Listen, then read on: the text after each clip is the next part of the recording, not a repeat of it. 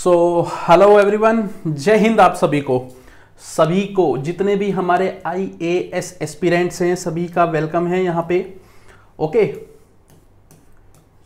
आज की जो हमारी क्लास है इसमें हम हमारा जो एंटायर हिस्ट्री पार्ट है जिसमें आर्ट एंड कल्चर भी हमने शामिल किया हुआ है, वर्ल्ड हिस्ट्री भी है, मॉडर्न हिस्ट्री भी है, पोस्ट इंडिपेंडेंट पीरियड भी है, सारे के सारे क्वेश्चंस का जो पिछली 4-5 साल के क्वेश्चंस हैं मेंस के उनका एनालिसिस करने वाले हैं। आपको मैं यहाँ पे थोड़ा सा जो हमारा सिलेबस है पूरा का पूरा उसके बारे में बताने वाला हूं। उसके बाद जो इसके माइंड मैप होंगे जो मैंने बताया था, इलेबोरेट माइंड मैप, हालांकि हिस्ट्री पार्ट के लिए इलेबोरेट माइंड मैप की इतनी ज्यादा जरूरत नहीं है। वो क्यों नहीं है वो आपको लास्ट में पता चलेगा, लेकिन फिर भी वो अपने टेलीग्राम ग्रुप पे हम शेयर करेंगे। यहां पे मैं सिर्फ आपको हमारा जो ये नोटिफिकेशन में पार्ट आता है, आपने देखा होगा यूपीएससी की नोटिफिकेशन में, उसी से बताने वाला हूं, ठीक है ना। इसके बाद मैं आपसे यहां पे शेयर करने वाला हूं सारे के सारे हमारे जो प्रीवियस ईयर के क्वेश्चन है। आप देख पा रहे हैं आर्ट एंड कल्चर सारे के सारे हैं, यहाँ पे कुछ बोनस चीजें भी आपको बताऊंगा।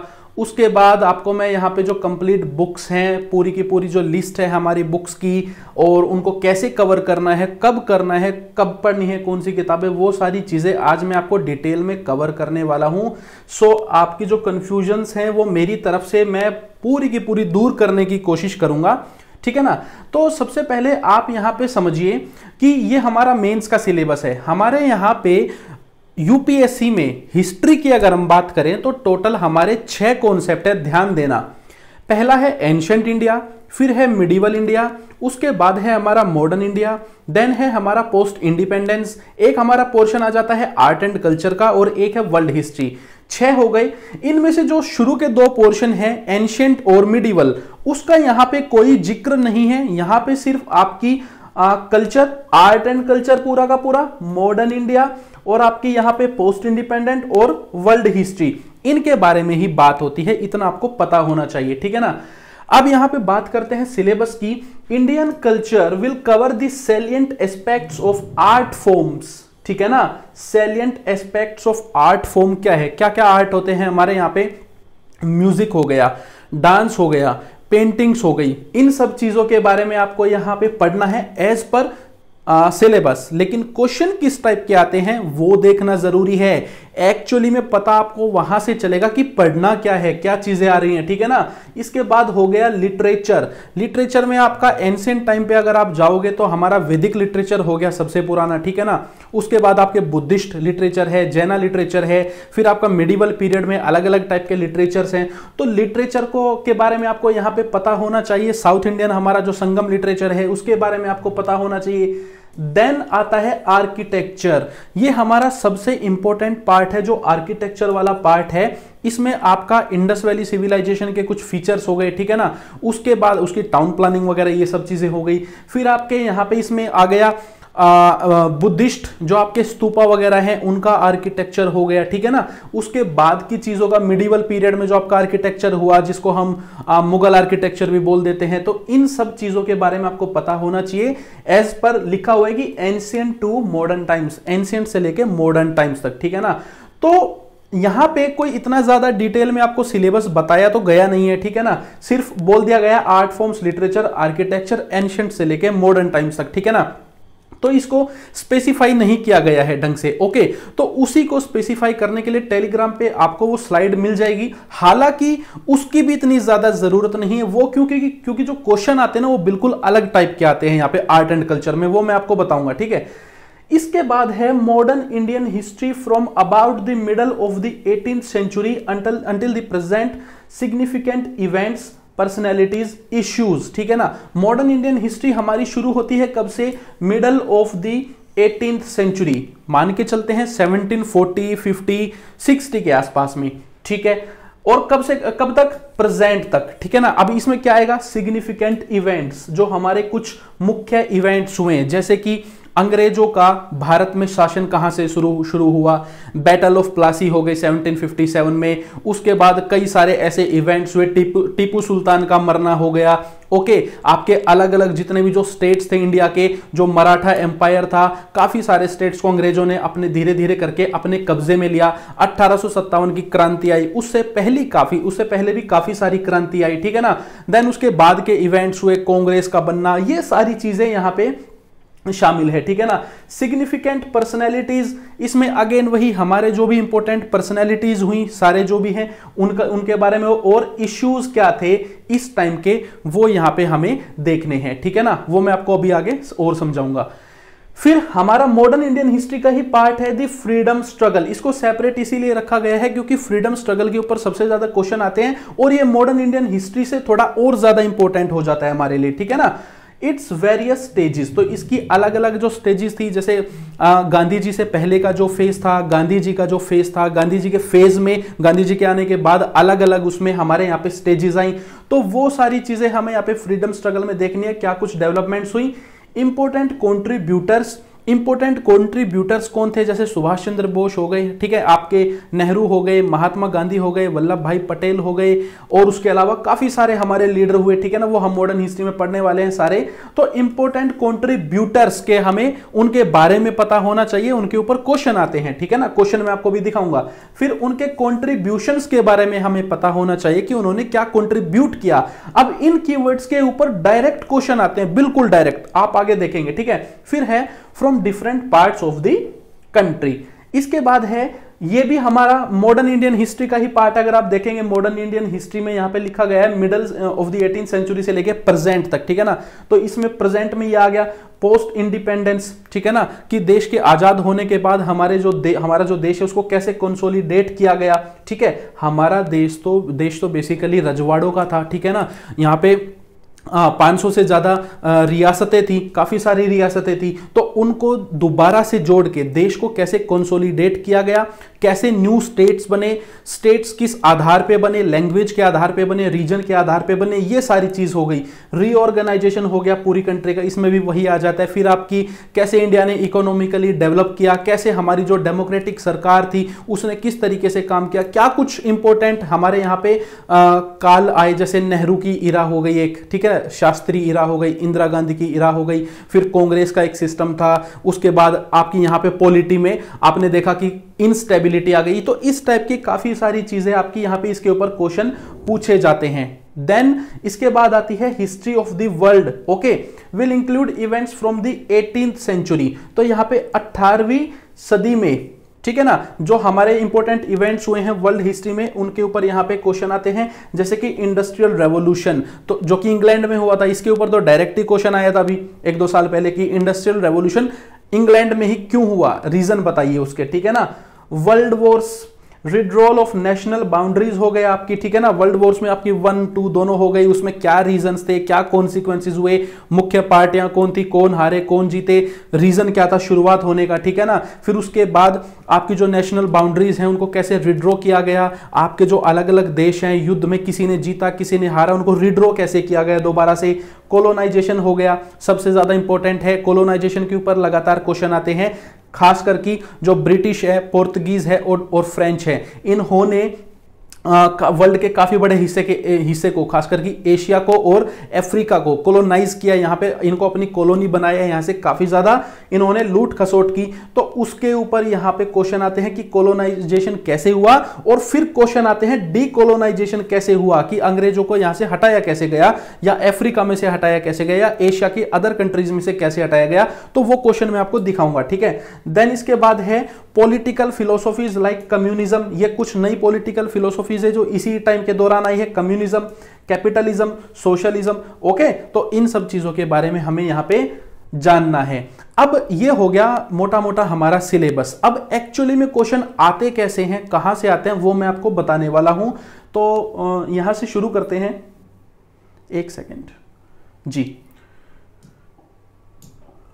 अब यहां पे देखिए मॉडर्न हिस्ट्री में सबसे पहले हम बात कर लेते हैं 2019 का क्वेश्चन है the 1857 uprising was the culmination of the recurrent big and small local rebellions that had occurred in the preceding 100 years of British rule. मतलब कि 1857 की जो क्रांति हुई थी वो यहां पे पूछा यह जा रहा है कि क्या वो ऐसा परिणाम थी किसी चीज का, कुछ ऐसे यहां पे बिग एंड स्मॉल लोकल रिबिलियंस हो रहे थे, विद्रोह शुरू से हो रहे थे, कब से, जो यहां पे इससे पहले से 100 साल ब्रिटिश राज की चली आ रही थी। अब ये 100 साल कौन सी थी, 1857 से 100 साल पीछे जाओगे तो एग्जैक्टली 1757 से लेके मतलब कि बैटल ऑफ प्लासी, जब अंग्रेजों ने पहला अपना शासन यहां पे स्थापित किया बंगाल में, वहां से लेके 1857 की क्रांति तक, इस 100 साल के बीच में काफी सारे रिबिलियंस हुए। संथल रिबिलियन हुआ, मुंडा अपराइजिंग हुई, काफी अलग अलग तरीके की अपराइजिंग होती रही। कभी अंग्रेजों ने ट्राइबल लोगों को, जो अपने यहाँ पे जो जनजातियां होती थी, जो अपने जंगलों में रहते थे, उनको जाके दबाया, फोर्स किया, उनके जंगलों पे कब्जा किया, तो उन्होंने रिबेल किया। कई बार आपकी रिलीजियस यहाँ पे जैसे सन्यासी मूवमेंट हुई, तो इस टाइप की अलग अलग वेरियस मूवमेंट्स हुआ करती थी लगातार। तो उनका ही एक यहाँ पे लोगों को एक आदत सी हो गई थी, एक फियर्स बैटल करने की प्रैक्टिस हो गई थी, है ना। लेकिन अभी तक हो क्या रहा था, बेसिकली ये भी इसमें क्वेश्चन में ऐड किया जाएगा कि 1757 से 1857 तक जो बैटल्स वगैरह होती रही, जो आपके यहाँ पे रिबिलियंस बेसिकली कह सकते हैं हम, विद्रोह जो होते रहे, वो होते थे आपके छोटे लेवल पे। एक ग्रुप अपने पर्टिकुलर एजेंडा को लेकर लड़ाई करता था, मिलके लोग नहीं लड़ते थे। लेकिन अब यहाँ पे 1857 की जो क्रांति थी, इसमें काफी सारे ग्रुप इकट्ठे होके आ गए थे। इसमें काफी जो मेजर पार्ट है नॉर्दर्न इंडिया का, उसने अपना यहाँ पे रोल अदा किया था। तो ये बिल्कुल इजी क्वेश्चन है, बिल्कुल इजी क्वेश्चन है। जो बिपिन चंद्रा हमारी बुक है जो मैं आपको पढ़ाने वाला हूं, उसमें इसके ऊपर बिल्कुल अच्छे से डिस्कस किया गया है, डिटेल में बताया गया है। देन आपकी स्पेक्ट्रम में इसके बारे में अच्छे से बताया गया है। डायरेक्ट क्वेश्चन है, इजी है एकदम इसको सोल्व करना, ठीक है ना। फिर है why indentured labor was taken by the British from India to other colonies। यहां पे इंडेंचर्ड लेबर का एक तरीके से मतलब है बंधवा मजदूर, जिनको किसी कॉन्ट्रैक्ट में बांध के हमारे देश के जो उस समय के गरीब लोग थे, उनको अंग्रेज इंडिया से बाहर क्यों लेके गए।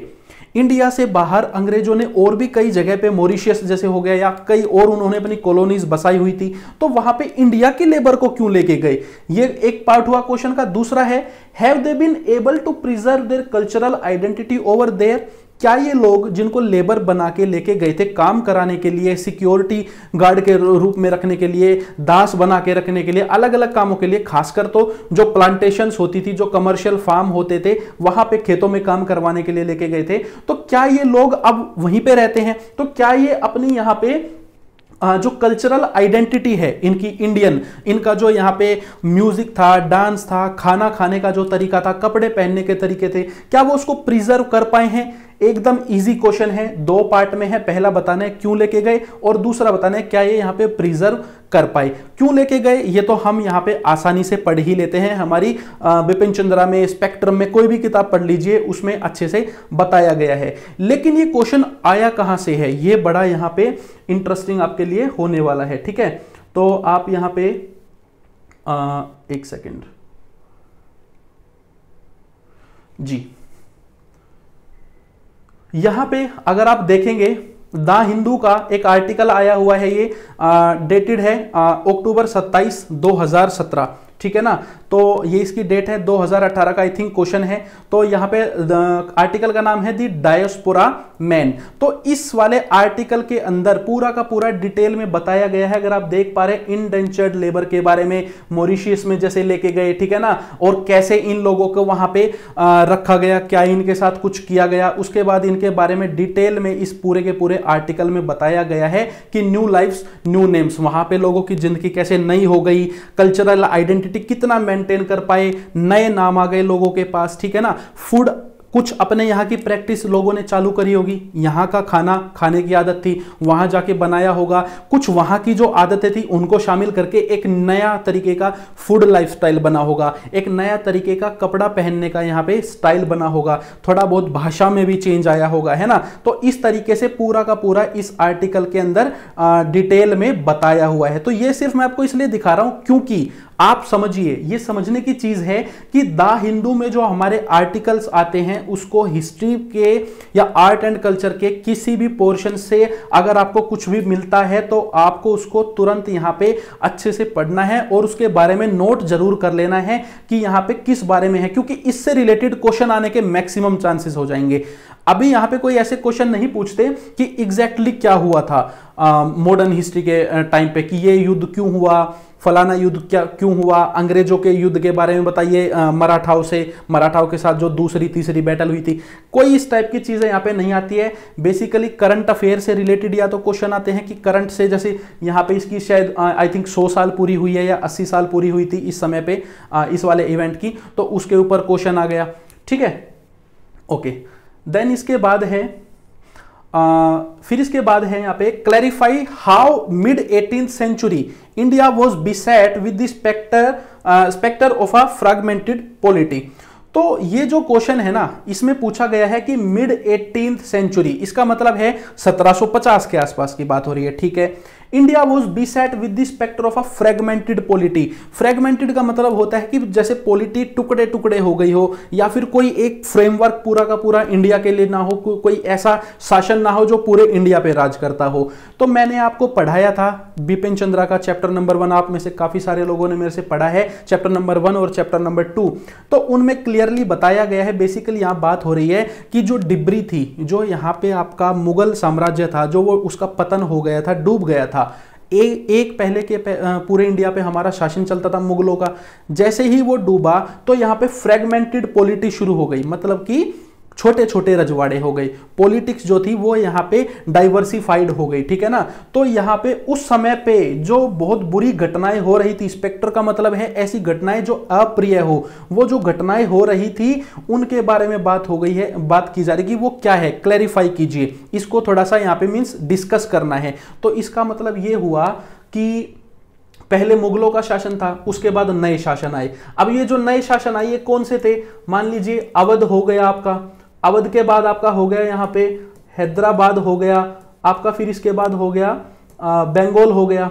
ठीक है, आपका फिर यहाँ पे मैसूर हुआ, इसके बाद आगे जाके तो धीरे धीरे करके यहाँ पे काफी सारे स्टेट हो गए। दिल्ली के आसपास में जाट स्टेट हो गया, राजपूत स्टेट हो गए, इस तरीके से। अब इन स्टेट्स के अंदर काफी ज्यादा लड़ाइयां चलती रहती थी। मुगल पीरियड में क्या था, मुगलों का राज था पूरे के पूरे इंडिया के ऊपर, मुगलों का राज था, इतनी ज्यादा लड़ाइयां नहीं चलती थी। अब इन लोगों के आपस में लड़ाइयां चली, यहाँ पे खड़ी हुई फसलों को लूटा जाता था बुरी तरीके से, जो आम लोगों की फसलें होती थी। फिर उसके बाद यहाँ पे जो ट्रेडर्स होते थे, ट्रेडिंग करते थे, उनके ट्रेड के जो सामान होते थे उनको लूट लिया जाता था चोरों के द्वारा, डाकुओं के द्वारा या सेनाओं के द्वारा। तो काफी सारी गड़बड़ इस समय पे चल रही थी, उसके बारे में ही ये यहाँ पे क्वेश्चन है, एकदम सीधा सिंपल स्ट्रेट फॉरवर्ड। तो ये जो आपके सामने अभी तीनों क्वेश्चन आपने देखे हैं ये डायरेक्टली बिपिन चंद्रा में से लग जाएंगे। बेसिकली मैं आपको अभी यही बता रहा हूं कि जितने भी ये क्वेश्चन है ना, सारे के सारे आप बिपिन चंद्रा से इजीली सोल्व कर सकते हैं, इजीली। ठीक है ना, चलिए इसके बाद है यहाँ पे देखिए फ्रीडम स्ट्रगल। तो ये हमारा मॉडर्न हिस्ट्री का ही पार्ट है। इसमें जो क्वेश्चन है वो समझिए, many voices had strengthened and enriched the nationalist movement during the Gandhian phase, elaborate. मतलब कि जब गांधी जी का फेज आया फ्रीडम स्ट्रगल में, जब गांधी जी आए साउथ अफ्रीका से और उन्होंने अपने एक्सपेरिमेंट चालू किए और उन्होंने यहाँ पे फ्रीडम स्ट्रगल को आगे बढ़ाया, तो मैनी वॉइसेस ने उनको स्ट्रेंथन किया फ्रीडम स्ट्रगल को। ठीक है ना, मतलब कि मैनी वॉइस का मतलब क्या है, अलग अलग तरीके के समूह आके यहां से जुड़ गए महात्मा गांधी जी के साथ। अब इसमें कौन थे, आपके वुमेन्स ग्रुप थे। ठीक है ना, औरतों ने काफी बढ़ चढ़ के यहाँ पे भाग लिया। फिर उसके बाद आपके हो गए खिलाफत मूवमेंट जैसे थी। ठीक है ना, तो खिलाफत मूवमेंट का काफी ज्यादा रोल रहा। तो इस तरीके से अलग अलग ग्रुप, जैसे चंपारण में उनका सत्याग्रह हुआ, अहमदाबाद में मील स्ट्राइक से उनका यहाँ पे जो एक्सपेरिमेंट था वो हुआ। उसके चलते क्या हुआ, लोग उनसे काफी ज्यादा जुड़ते गए, बिजनेसमैन भी जुड़ते गए। ठीक है, आपके किसान भी जुड़ते गए, औरतें भी जुड़ी। ओके, इस तरीके से सारे ग्रुप उनसे जुड़ते चले गए। तो उसी के बारे में यहां पे पूछा गया है, कैसे यहां पे इन सभी लोगों के समूहों ने स्ट्रेंथन किया और एनरिच किया हमारी राष्ट्रीय मूवमेंट को, नेशनलिस्ट मूवमेंट को गांधीयन फेज में। ये आपको क्लियर है, एकदम इजी क्वेश्चन है और डायरेक्ट सीधा का सीधा बिपिन चंद्रा से इसको 100% ग्रेट क्वालिटी के साथ लिखा जा सकता है। 2017 का है, देखिए, व्हाई डिड द मॉडरेट्स, ठीक है ना, fail to carry conviction with the nation about their proclaimed ideology and political goals by the end of the 19th century. जो मॉडरेट लीडर होते थे, जो आपके यहाँ पे बेसिकली हिंदी में जिनको नरम दल भी बोल देते हैं, वो जो हमारे लीडर थे, उन्होंने वो अपनी कन्विक्शन को, जो उन्होंने एक तरीके से वादा किया था या जो वो यहाँ पे कन्वे कर रहे थे, उसको वो होल्ड नहीं कर पाए देश के सामने। कैसे? About their proclaimed ideology and political goals. होता क्या था कि हमारे जो नरम दल के लीडर थे, वो अंग्रेजों को एग्जैक्टली समझ नहीं पा रहे थे। वो क्या गड़बड़ कर रहे थे? ये कांग्रेस के लीडर थे, सारे के सारे। कांग्रेस 1885 में बनी थी, उसके बाद इसके जितने भी लीडर हुए शुरुआत के फेज में 15-20 साल तक, वो आपके सारे के सारे मॉडरेट्स ही थे ज्यादातर, ठीक है ना। तो वो मॉडरेट्स होने के जरिए वो क्या करते थे? नरम दल के थे, नरम स्वभाव के थे बेसिकली। तो वो अंग्रेजों के आगे पेटिशंस लगाना, एप्लीकेशन लिख लिख के देना, इस तरीके से आवाज उठाते थे, ठीक है ना। तो यहां पे डिमांड करना, ऑटोनॉमी की डिमांड करना कि हमें थोड़ी सी ऑटोनॉमी दे दीजिए, इस तरीके से, मींस एक तरीके से मांगना, हाथ फैला के मांगना, इस तरीके की उनकी आइडियोलॉजी थी। और इनकी जो ये पॉलिटिकल गोल्स थे ना, और ये जो आइडियोलॉजी थी, ये ज्यादा दिन चली नहीं, क्योंकि अंग्रेजों ने इनको कुछ दिया नहीं। और अंग्रेजों ने जब इनको ज्यादा कुछ दिया नहीं, तो लोगों के सामने इनकी जो पूरी आइडियोलॉजी थी वो हो गई फेल। तो उसके बारे में क्वेश्चन है बिपिन चंद्रा से, बिल्कुल इजी आप इसको सोल्व कर सकते हैं। इसके बाद है the women's questions arose in modern India as a part of the 19th century social reform movement. Okay, what are the major issues and debates concerning women in that period. 2 part है question के। इसमें पूछा गया है कि जो औरत जो हमारी है, जो नारी है, उसके बारे में जो सवाल उठने शुरू हुए, उनके बारे में जो बात होनी शुरू हुई, वो हुई मॉडर्न इंडिया में। मिडिवल पीरियड में तो बात हुई नहीं कोई, मिडिवल पीरियड में तो कुछ भी नहीं था। एंशिएंट पीरियड के भी लास्ट के फेज में कुछ भी बातें नहीं हुई। अगर आप देखेंगे आपका जो वैदिक पीरियड है, लेटर वैदिक पीरियड, वहां से लेके और मिडिवल पीरियड तक कोई औरतों के बारे में, नारियों के बारे में ज्यादा बातें नहीं हुई। तो यहां पे मॉडर्न इंडिया में ये शुरुआत हुई दोबारा से, ठीक है, part of the 19th century social reform movement. तो हमारे यहाँ पे हमारे काफ़ी कुछ ग्रेट लीडर्स थे, राजा राम मोहन रॉय, ईश्वर चंद्र विद्यासागर, दयानंद सरस्वती, स्वामी विवेकानंद, ठीक है ना, ज्योतिबा फुले, काफ़ी सारे लीडर्स थे। तो उन्होंने यहाँ पे औरतों के बारे में, इनमें से काफ़ी सारे लोगों ने औरतों के बारे में सवाल उठाए, औरतों की जो दुर्दशा थी उसके बारे में सवाल उठाए, कैसे घर में बंद करके रखा जाता है, ठीक है ना, बाहर जाने की ज़्यादा परमिशन नहीं है। उसके बाद अगर आप देखेंगे सती प्रथा हो गई, या फिर शादी करने का अधिकार नहीं है अगर विडो हो जाती है, विधवा हो जाती है। उसके बाद जो आपकी जो गर्ल्स हैं, जो बच्चियां हैं, जो लड़कियां हैं, उनको पढ़ने का ज़्यादा उस समय पे अधिकार था ही नहीं। तो इस टाइप के क्वेश्चन यहाँ पे इस समय पे उठे। तो what are the major issues, यही पूछा गया कि मेजर इशू थे क्या एक्चुअली में, औरतों के बारे में इस टाइम पे बात हुई क्यों। तो मेजर इश्यूज मैंने आपको बता दिए। एकदम सीधा सीधा क्वेश्चन है, सिंपल क्वेश्चन है, बिपिन चंद्रा से अगेन पूरा का पूरा क्वेश्चन कवर होता है 100% क्वालिटी के साथ। फिर है 2016 के, explain how the uprising of 1857 constitutes an important watershed in the evolution of British policies towards colonial India.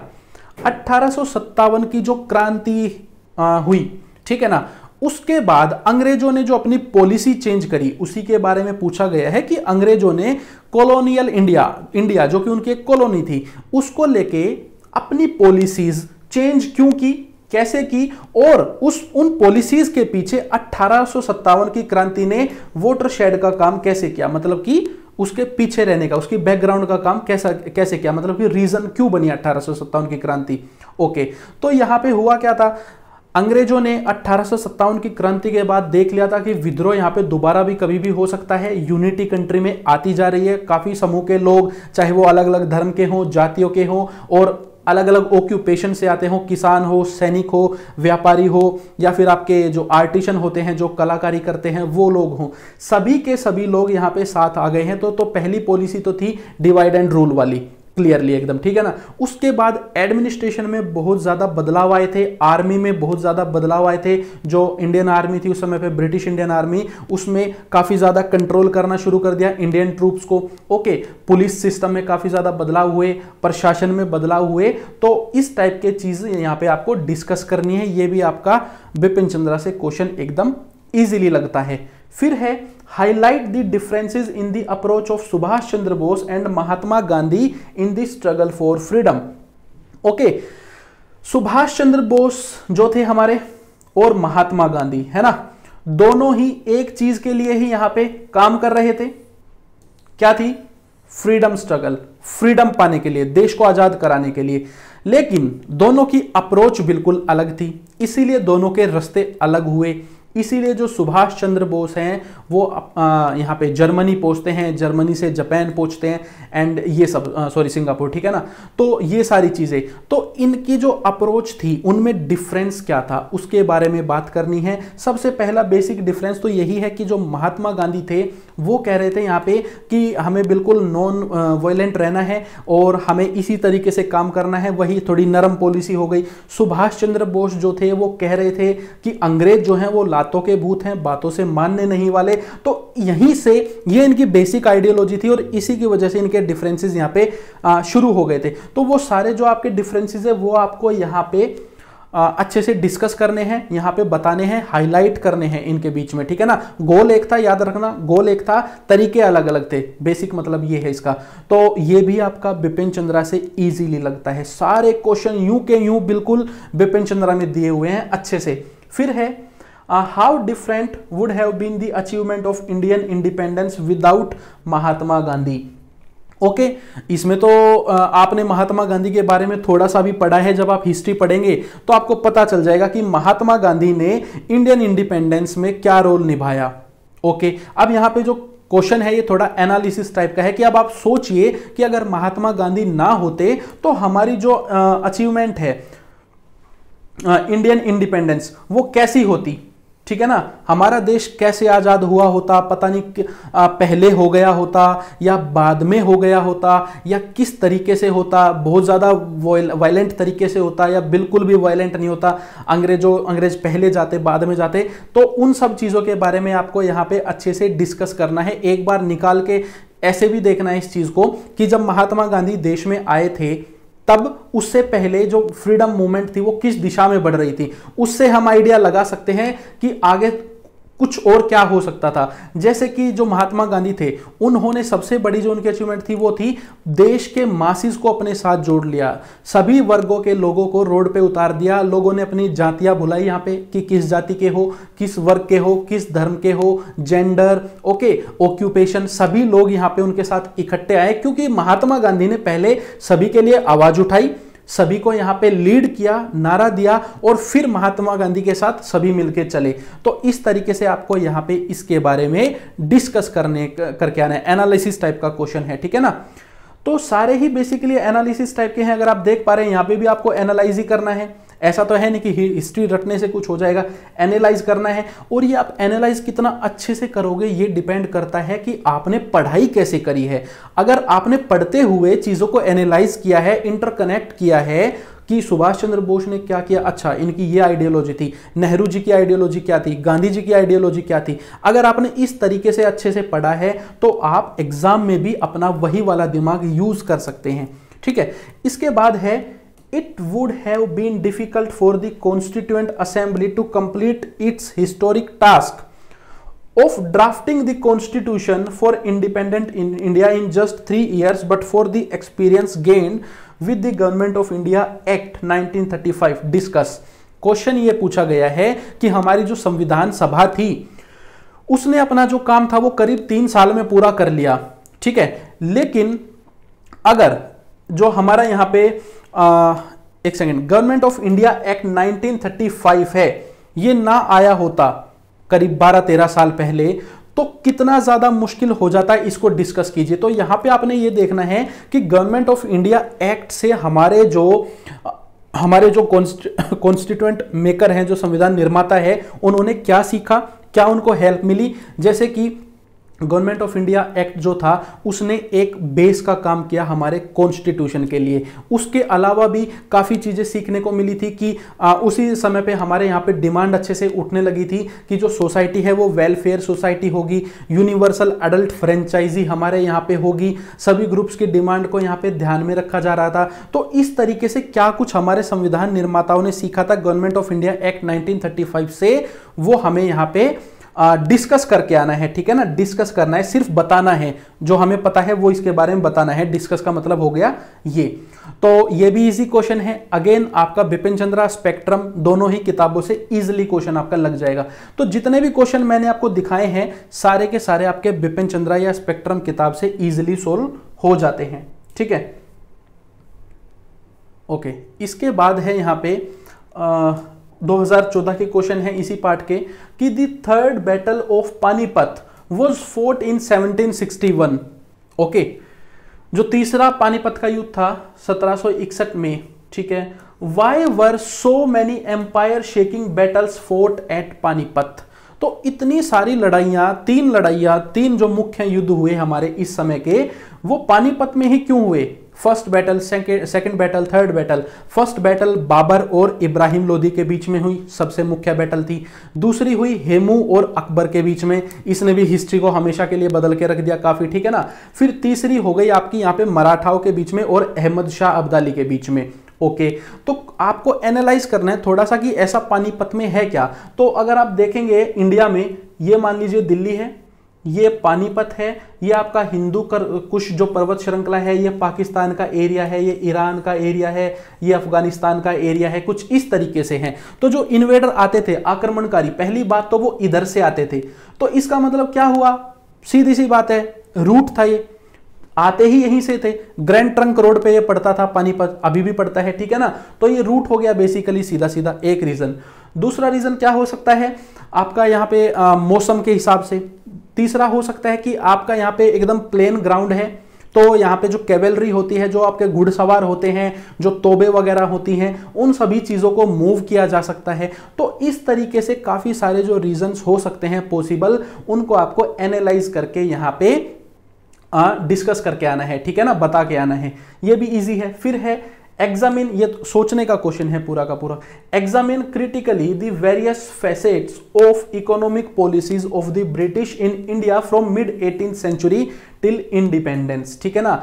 अब यहाँ पे जो ब्रिटिश पॉलिसीज थी उसको क्रिटिकली हमें एग्जामिन करना है, क्रिटिकली, ठीक है ना। उसमें क्या है कि जो इकोनॉमिक पॉलिसी के अलग अलग चेहरे कुछ यहाँ पे आए, अलग अलग प्रकार की बदली थोड़ी थोड़ी टाइम के हिसाब से।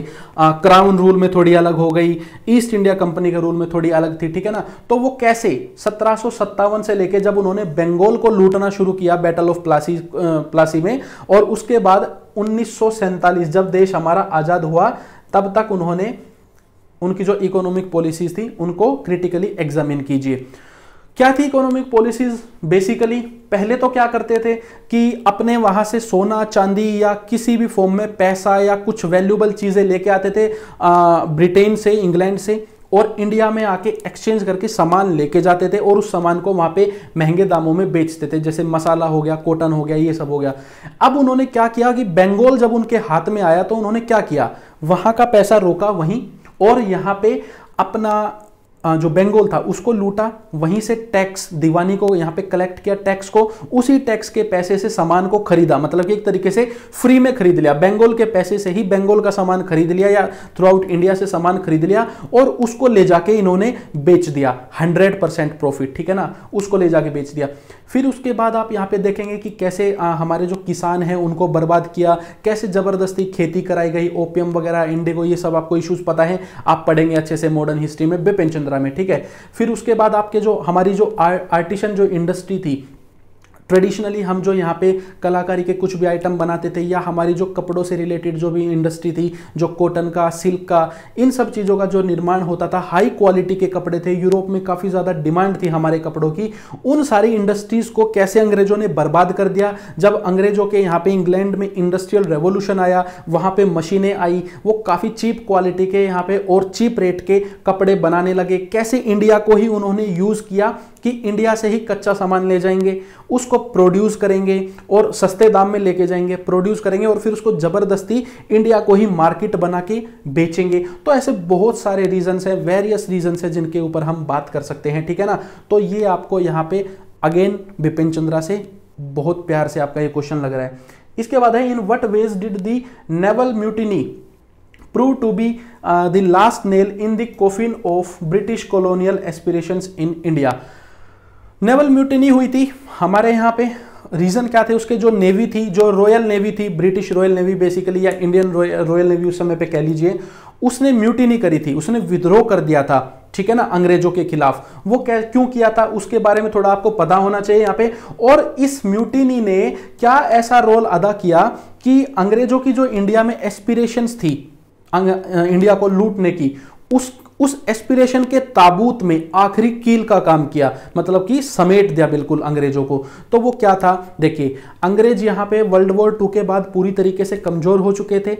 हमारी जो INA थी, आज़ाद हिंद फौज, उसने काफ़ी ज़्यादा यहाँ पे चोट पहुँचा दी थी अंग्रेजों को। उसके अलावा जो INA के जो सोल्जर्स थे हमारे, उनका ट्रायल चल रहा था रेड फोर्ट के अंदर, तो उसके खिलाफ काफ़ी ज़्यादा लोगों में यहाँ पे पहले से ही भावनाएं थी। अब जैसे ही यहाँ पे ये म्यूटिनी होती है ना, विद्रोह होता है, तो आप एक बात को समझिए, पहले जो हमारे देश के लोग होते थे, जो सैनिक होते थे, वो यहाँ पे डायरेक्ट इतना विद्रोह नहीं करते थे। 1857 में हुआ, बीच में कुछ और भी हुए, मंगल पांडे वगैरह, ठीक है, लेकिन इतना बड़ा विद्रोह नहीं हुआ था कि डायरेक्टली आपने अपने जो ऑफिसर्स हैं, अंग्रेजी जो ऑफिसर्स हैं, उनके खिलाफ आपने हथियार उठा लिए। तो इससे हुआ क्या कि लोगों के मन में यहाँ पे भावनाएं जग गई। एक तो अंग्रेजों को दिख गया कि अब यहाँ की अगर फोर्सेस ने ही हमारे खिलाफ उठना शुरू कर दिया है, और अगर पूरी आर्मी नेवी में अगर सारे लोग हमारे खिलाफ उठ जाएंगे सैनिक, तो हमारा होगा क्या, पहले से ही कमजोर हैं और अब यहां से भी खिलाफत हो रही है। उसके अलावा INA सोल्जर्स जो थे, उनको लेके भी नेवल म्यूटिनी हुई थी, लोगों के मन में भावनाएं ज्यादा हो गई थी। तो इन सब चीजों के बारे में आपको यहाँ पे डिस्कस करना है। ये भी आपकी बिपिन चंद्रा बुक में अच्छे से डिस्कस किया गया है, तो आप इजिली इस आंसर को अटेम्प्ट कर सकते हैं, ठीक है ना। चलिए, तो ये हो गया आपका यहाँ पे मॉडर्न हिस्ट्री का पार्ट हो गया। अब इसमें पोस्ट इंडिपेंडेंस में आ जाते हैं, ठीक है। इसमें देखिए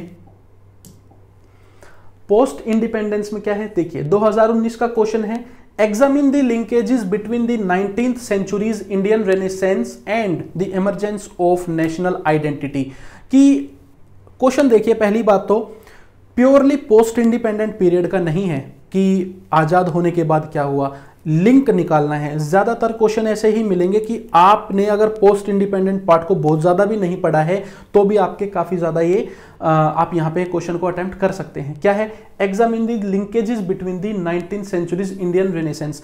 ये जो यहाँ पे हमारी सोशल रिफॉर्म एक तरीके से मूवमेंट हुई थी, इंडियन रेनेसेंस का मतलब है भारत में जो जागृति आई थी, हमारे देश के लोग जो जाग गए थे, सोशली कल्चरली ज़्यादा अवेयर हो गए थे, अपने कल्चर को लेके ज़्यादा यहाँ पे उसको प्रिजर्व करने के लिए ज़्यादा कोशिश कर रहे थे, ठीक है। तो इस टाइप की चीज़ें जो थी, उनका क्या लिंक है हमारे देश की नेशनल आइडेंटिटी में, ठीक है ना। हाँ, तो नेशनल आइडेंटिटी बनने में, नेशनल आइडेंटिटी क्या होती है, बेसिकली राष्ट्रवाद, कि जो सारे के सारे लोग हैं भारत देश के, वो अपने आप को एक देश का या एक समूह का हिस्सा मानने लगे। पहले क्या होता था, सभी अपने एक रजवाड़े को अपना देश समझते थे। अवध के लोग सोचते थे कि हमारा यही देश है, भारत का इतना ज़्यादा कोई क्लियर आइडिया था नहीं लोगों के मन में। ओके, बंगाल उनके लिए एक अलग देश था, तो एक आइडेंटिटी नहीं थी नेशन के तौर पे, ठीक है ना। इसीलिए पहले ये समझ भी नहीं थी कि अंग्रेज यहाँ पे हमारे पूरे देश को लूट रहे हैं, क्योंकि देश नाम की कोई चीज ही नहीं थी, नेशन नाम की कोई चीज ही नहीं थी लोगों के मन में उस समय पे, ठीक है ना। तो हमें यही देखना है कि इस मूवमेंट ने, ये जो इंडियन रेनेसेंस थी, इसके क्या लिंक है नेशनल आइडेंटिटी बनने से। तो लिंक कुछ यूं है दोस्तों कि जब बात आती है कल्चर की, जब यहाँ पे कल्चर को प्रिजर्व करने के लिए हमारे जो स्वामी दयानंद सरस्वती हुए, स्वामी विवेकानंद हुए जैसे, उन्होंने मान लीजिए कुछ काम किए हमारे कल्चर को, रिलीजन को प्रिजर्व करने के लिए, तो उस रिलीजन से और उस कल्चर से तो सभी लोग जुड़े हुए थे, एक जाति धर्म के तो, एक जाति के तो जुड़े नहीं हुए थे। तो उससे क्या हुआ, सभी लोगों ने उसको प्रिजर्व करने की ठानी, तो क्या होगा उससे, उससे आप यहाँ पे एक कॉमन वर्क करेंगे किसी चीज़ के खिलाफ, ठीक है। फिर मान लीजिए वुमेन्स के लिए यहाँ पे काफ़ी ज़्यादा काम हुआ, वुमेन्स के जो इश्यूज थे उनको उठाया गया। अब औरतों को यहाँ पे क्योंकि थोड़ा सा ज़्यादा बल मिला तो औरतें भी यहाँ पे नेशनल आइडेंटिटी में अपना पार्ट निभाने लगी, उनसे भी राष्ट्रवाद बढ़ा। तो इस टाइप का ये क्वेश्चन है, इसको आपको पूरा का पूरा एनालाइज करके यहाँ पे आंसर करना है, ठीक है। देन इसके बाद है throw light on the significance of the thoughts of Mahatma Gandhi in the present times, ठीक है। एकदम इजी क्वेश्चन है ना ये, तो हम यहाँ पे कुछ ऐसा नहीं पूछा गया कि क्या हुआ था क्या नहीं। आपको महात्मा गांधी के बारे में पता है, कई किताबों में पढ़ोगे तो आपको पता है कि जो उनके थॉट्स थे उनकी क्या सिग्निफिकेंस है, क्या वो आज भी हमारे यहाँ पे कुछ अहमियत रखते हैं? बिल्कुल रखते हैं। जैसे उनके थॉट क्या थे? ट्रुथ, ठीक है ना, सच्चाई, अहिंसा की नॉन वायलेंट आप रहे, राम राज्य, ठीक है। उसके बाद आपका पूरा जो जैसे डिसेंट्रलाइज पॉलिटी हो गई, ये हो गया। गांव को और ज्यादा प्रबल बनाना, जिसके चलते हुए हमारा यहाँ पे जो ग्राम सभाएं हैं वो आई, ठीक है ना। तो इस टाइप के इनके जितने भी जो थॉट है महात्मा गांधी जी के, वो हम यहाँ पे डायरेक्टली पुट कर सकते हैं और वो हाईली सिग्निफिकेंट है, सीधी सी बात है, ठीक है। फिर देखिए, discuss whether the formation of new states in recent time is beneficial और not for the economy of India. अब ये भी सोचने वाली बात है बिल्कुल ही, ठीक है ना। न्यूज़पेपर वगैरह पढ़ते रहोगे तो उनसे ही काफ़ी आइडिया लग जाता है, एडिटोरियल वगैरह से। क्या है इसमें, देखिए कि अगर हम यहाँ पे भाषा या रीजन के आधार पे हमारे देश में डिमांड उठती रहती है कि हमारा नया राज्य बना के दीजिए, हमारी भाषा अलग है, हमारा रीजन अलग है, हमारी प्रॉब्लम्स अलग हैं, ओके। तो उससे क्या होगा, अगर हम रिसेंट टाइम में ऐसा करें आसपास के टाइम पे, तो क्या ये हमारे लिए बेनिफिशियल होगा या नहीं, ठीक है ना, हमारे देश की इकोनॉमी के लिए। तो इकोनॉमी के संदर्भ में पूछा गया है, तो इकोनॉमी के संदर्भ में ही इसको आंसर करना है। तो कैसे अच्छा हो सकता है, देखिए अच्छा कैसे हो सकता है और अच्छा कैसे नहीं हो सकता वो देखते हैं। कि अगर कोई नया स्टेट बनेगा, मान लीजिए डिमांड उठती है, जैसे अभी मध्य प्रदेश और जो छत्तीसगढ़ थे ये यहाँ पे अलग अलग हुए, तो उससे क्या होगा, एक जब छोटा स्टेट बनेगा, नया स्टेट है, नया प्रशासन आएगा, पूरा का पूरा नए अधिकारी आएंगे, पूरी तरीके से पूरा फोकस करेंगे कि कैसे अब इस स्टेट को ऊपर उठाना है। फोकस तो करना पड़ेगा, रेवेन्यू कहाँ से आएगा वरना, रेवेन्यू कलेक्शन, ठीक है ना। तो एक साफ सुथरा सिस्टम बनने की पूरे चांसेस होते हैं, ठीक है। इसके बाद और क्या हो सकता है आपका यहाँ पे, अब रेवेन्यू अगर मान लीजिए अच्छे से लेके आना है तो क्या करेंगे, अच्छी पॉलिसीज बनाएंगे, तो ज़्यादा जो कंपनीज हैं, जो आपकी एमएनसीज वगैरह हैं, उनको अट्रैक्ट कर सकते हैं। छत्तीसगढ़ का एग्जांपल आपके सामने है, वहाँ पे काफ़ी ज़्यादा इन्वेस्टमेंट आ रही है, okay, compare to Madhya Pradesh. तो इस टाइप के आप एग्जाम्पल यहाँ पे कोट कर सकते हैं। और बुरा कैसे हो सकता है, क्योंकि किसी राज्य के टुकड़े करना इतना ज़्यादा ईजी नहीं होता, काफ़ी सारे एक्सपेंसेस अपने आप में जुड़े होते हैं कि शुरुआत में वो जो नया स्टेट बनेगा उसके एक्सपेंस कहाँ से चलेंगे, उसके लिए अरेंजमेंट करनी, वहाँ के लिए विधानसभाएं बनानी, बिल्डिंग्स बनानी, ऑफिसेज बनाने अलग से, है ना। पहले एक में काम चल रहा था, अब अलग अलग में काम चल रहा है, वो सारे खर्चे अलग हो गए। फिर आपके कुछ ऑफिसर्स को ट्रांसफ़र करना है पुराने से नए में, तो काफ़ी सारी प्रॉब्लम्स आती है एक स्टेट में से दो बनाने में। शेयरिंग कैसे करेंगे, लैंड बिल्कुल एग्जैक्टली बाउंड्री कहाँ से जाएंगी। अब मान लीजिए कोई आपका कोई बड़ा लेक आ गया, तो मध्य प्रदेश बोले कि हमारे अंदर होना चाहिए, छत्तीसगढ़ बोले हमारे अंदर होना चाहिए, वाटर शेयरिंग वगैरह के इशू हो गए। तो इस टाइप की प्रॉब्लम्स भी कुछ यहाँ पे आती है। तो आपको इकोनॉमी ऑफ इंडिया के संदर्भ में ऐसे क्वेश्चन को टैकल करना है, सोच के क्या फायदे हो सकते हैं, क्या नुकसान हो सकते हैं। और इस टाइप के आर्टिकल्स द हिंदू और इंडियन एक्सप्रेस में हमेशा छपते रहते हैं, आमतौर पे आते रहते हैं, ठीक है ना। फिर इसके बाद है highlight the importance of the new objectives that got added to the vision of Indian independence since the 20s of the last century.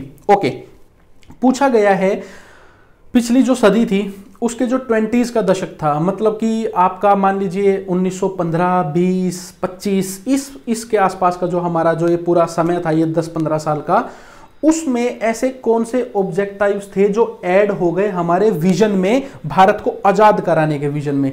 तो ये कुछ ऐसी चीजें थी कि जैसे कि महिलाएं साथ क्यों आएंगी, मैंने आपको पढ़ाया भी है, ये पॉलिटी का क्वेश्चन हो जाता है काफ़ी ज़्यादा, मैंने पॉलिटी की बुक में आपको पढ़ाया है, हिस्ट्री में भी आता है कि मान लीजिए वुमेन्स है, आप उनको साथ लेके अगर आना चाहते हैं तो वो क्यों आएंगी मूवमेंट में साथ, आप उनको जब प्रोमिस करेंगे कि वुमेन्स को भी इक्वेलिटी मिलेगी, जब देश आज़ाद होगा तो पूरे देश को वोट देने का अधिकार होगा, अपना नेता चुनने का अधिकार होगा, यहाँ पे ना जाति देखी जाएगी, ना जेंडर देखा जाएगा, ना धर्म देखा जाएगा, तो लोग उससे भी जुड़ेंगे।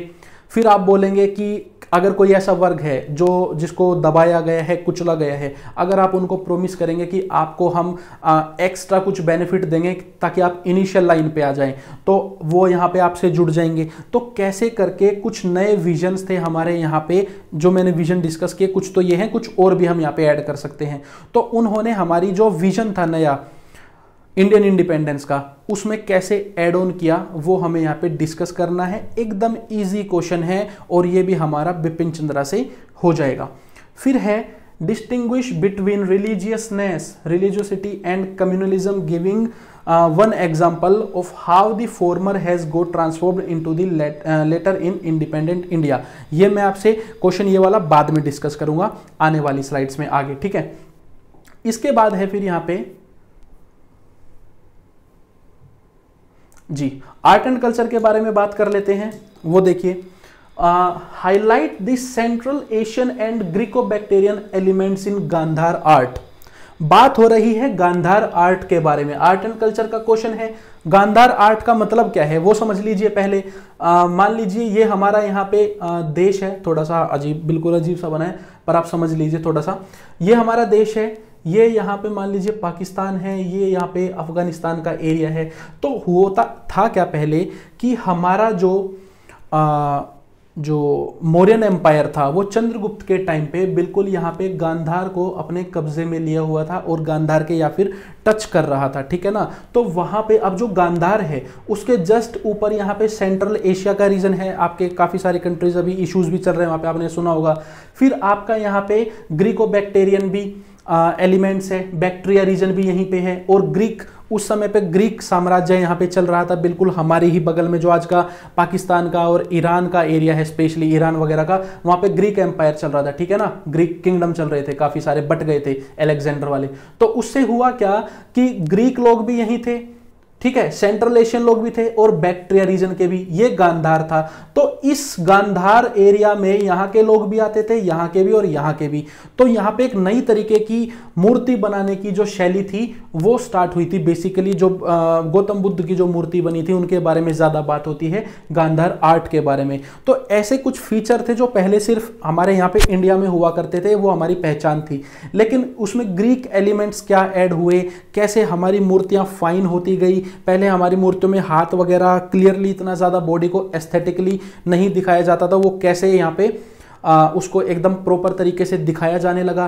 कौन से स्टोन्स यूज करते थे, हमारे यहाँ कोई और स्टोन यूज होता था, यहाँ पे कोई और होता था, उनका कैसे मिक्सचर हुआ, कैसे एक नया स्कूल ऑफ आर्ट बना, मूर्ति शैली वगैरह, उसको बोलते हैं गांधार आर्ट। और उसके यहाँ पे उसमें सेंट्रल एशियन और ग्रीको बैक्टीरियन एलिमेंट्स क्या है वो हमें यहाँ पे मेंशन करने हैं। अब ऐसे जो क्वेश्चन होते हैं ये आपके जो हमारी एंशंट जो हमारी NCERT है वहाँ से भी इसके बारे में काफ़ी कुछ पढ़ने को मिलता है, और NIOS की जो हमारी बुक है हिस्ट्री की उसमें भी काफ़ी कुछ पढ़ने को मिलता है। और स्पेशली अगर आप कोचिंग के नोट्स पढ़ेंगे तो वहाँ पे भी इसके बारे में Gandhara school of art, Mathura school of art, इन सब चीज़ों के बारे में मिलता है, और नितिन सिंघानिया में भी मिलता है। लेकिन आपको कौन से सोर्स यूज़ करने हैं प्रॉपरली वो मैं आपको अभी इसी वीडियो में लास्ट में बता दूंगा, ठीक है। देन देखिए 2018 का क्वेश्चन है, safeguarding the Indian art heritage is the need of the movement. ये मैंने अभी आपसे लास्ट वीडियो में भी डिस्कस किया था यही क्वेश्चन, कि इंडियन आर्ट हेरिटेज जो है उसको सेफ गार्ड करना हमारे इस समय की जरूरत है, नीड ऑफ द मूवमेंट है, इसको डिस्कस कीजिए। अब यहाँ पे तो आपको कुछ आर्ट एंड कल्चर इतना ज़्यादा बताने की ज़रूरत नहीं है, इजी क्वेश्चन है, कोई भी बता देगा। इंडियन आर्ट हेरिटेज का मतलब क्या है कि हमारे जो किले हैं, हमारी जो मूर्तियां हैं, हमारा जो भी हेरिटेज है उसको हम कैसे प्रिजर्व कर सकते हैं, कैसे सेव कर सकते हैं। मूर्तियां चोरी होती रहती है, किलों की दुर्दशा होने लग रही है, जैसे हमारे काफ़ी सारे किले हैं। इस टाइप की चीज़ों को हम यहाँ पे कैसे सेफ गार्ड कर सकते हैं। इवन हमारे म्यूजियम्स वगैरह में भी चोरी होती है, गार्ड्स वगैरह नहीं होते, इसके चलते हुए। तो हमारा जो जितना भी आर्ट हेरिटेज हमारे पास है जितनी भी चीज़ें हमारे पास है उनको प्रिजर्व करना हमारे लिए बहुत ज़्यादा ज़रूरी है, चाहे वो लिटरेचर हो, कुछ कोई साहित्य हो, कोई आपके मैन्यूस्क्रिप्ट हो, कुछ भी हो, उनके बारे में ये क्वेश्चन है, तो ये भी आप इजीली टैकल कर सकते हैं। फिर है the bhakti movement received a remarkable reorientation with the advent of Shri Chaitanya Mahaprabhu. तो जब हम यहाँ पे अपनी मिडिवल इंडिया वाली बुक पढ़ते हैं तो उसमें ये हमारे सामने काफ़ी कुछ इसके बारे में आता है। चैतन्य महाप्रभु जो थे, जो बंगाल से बिलोंग करते थे, उन्होंने कैसे श्री कृष्ण की भक्ति करी, कैसे उन्होंने कीर्तन वगैरह करने शुरू किए, क्या उन्होंने फैलाया, भक्ति मूवमेंट को उन्होंने तेजी से आगे कैसे बढ़ाया, उनके क्या तरीके थे कि भजन करेंगे। उन्होंने बोला था कि आप अगर भजन करेंगे, भगवान के कीर्तन करेंगे तो आप भगवान को पालेंगे, सिर्फ भजन करने से ही। भगवान को प्यार करने के लिए उन्होंने बोला। तो इस तरीके की उनकी जो मूवमेंट थी, उससे क्या यहाँ पे भक्ति मूवमेंट में रिमार्केबल रीओरिएंटेशन है, ये हमें यहाँ पे सोल्व करना है। तो इसका भी इतना ज्यादा कोई लेना देना नहीं है कि आपको स्पेशल कोई आर्ट एंड कल्चर की बुक पढ़नी पड़े। ये सब चीजें कोचिंग के नोट्स में या फिर आपकी नॉर्मल एनसीईआरटी वगैरह में अच्छे से डिस्कस की गई है, ठीक है। फिर देखिए, मैं आपको यही समझा रहा हूं इतनी देर से कि अगर आप देखेंगे इन क्वेश्चंस के लिए आपको स्पेशली कोई किताबें पढ़ने की जरूरत नहीं है। फिर है assess the importance of the accounts of the Chinese and Arab travelers in the reconstruction of the history of India।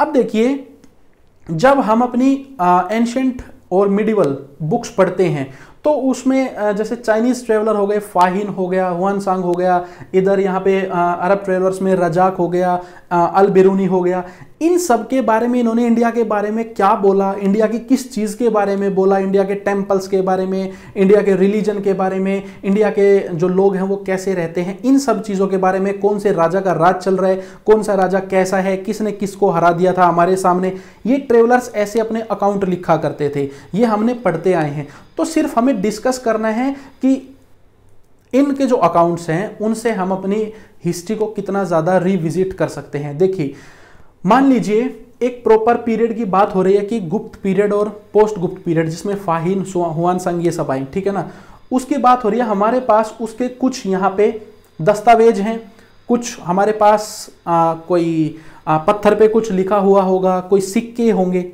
चलिए वेरी गुड।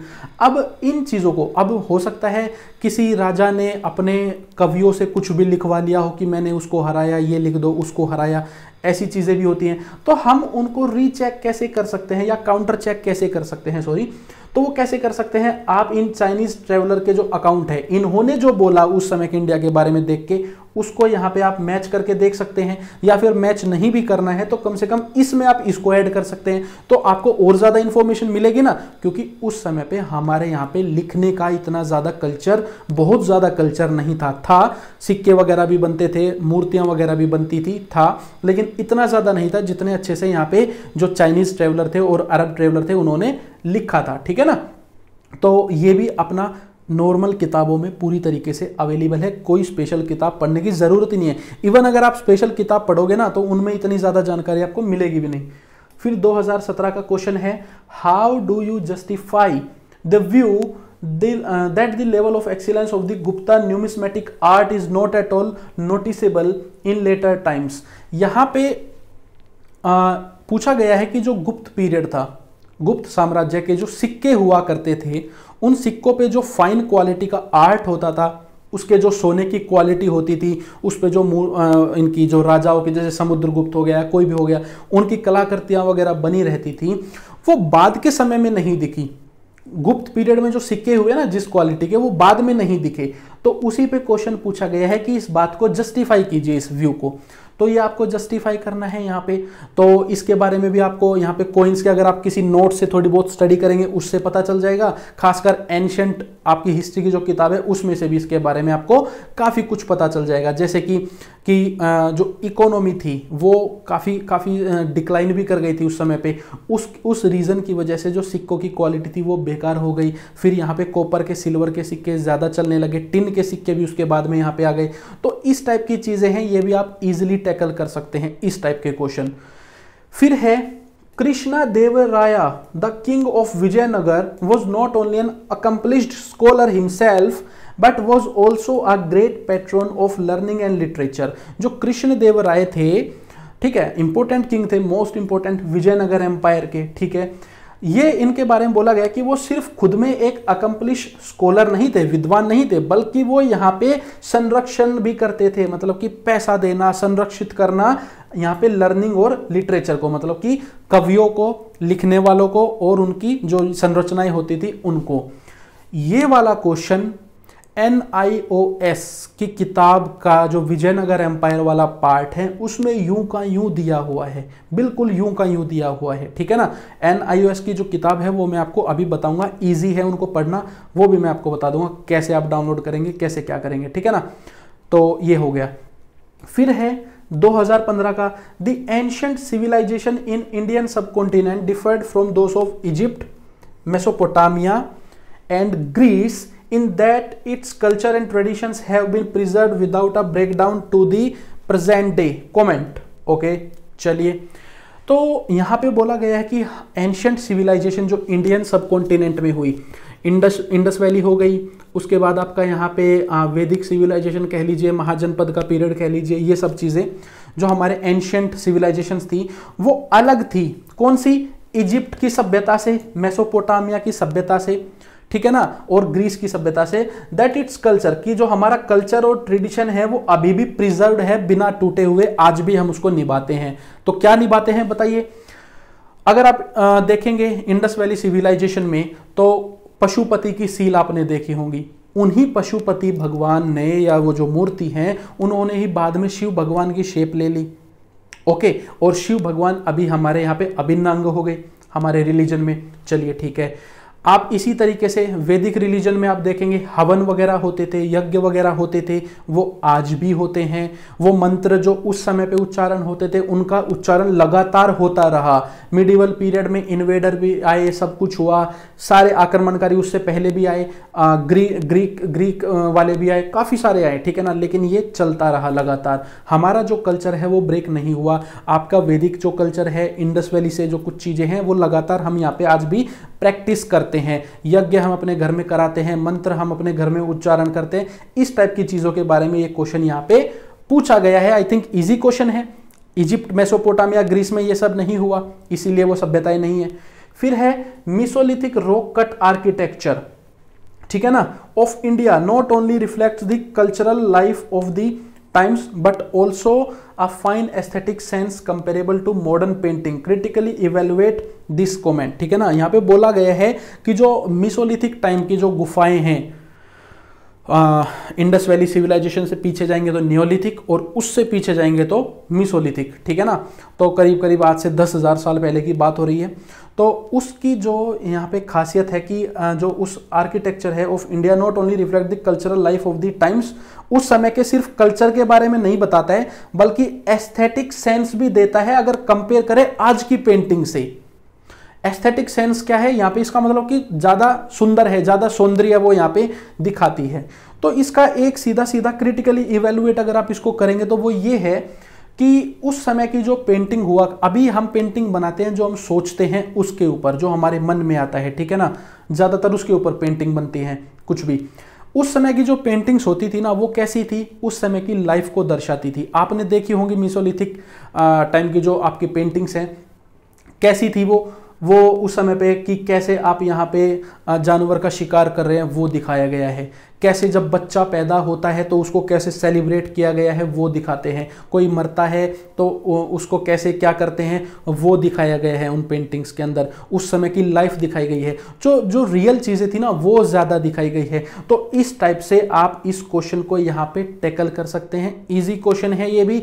इन क्वेश्चंस के लिए आपको स्पेशली कोई इतनी ज़्यादा किताबें पढ़ने की ज़रूरत नहीं है। फिर भी जो सबसे बेस्ट स्ट्रेटेजी है वो मैं आपको आज यहाँ पे बताऊंगा। आई थिंक इसके बाद तो हिस्ट्री पोर्शन के किसी भी पार्ट के लिए आपको कभी भी किसी बुक को ढूंढने की जरूरत नहीं पड़ेगी। और आई थिंक क्या मैं आपको गारंटी देता हूं इस चीज की, ठीक है।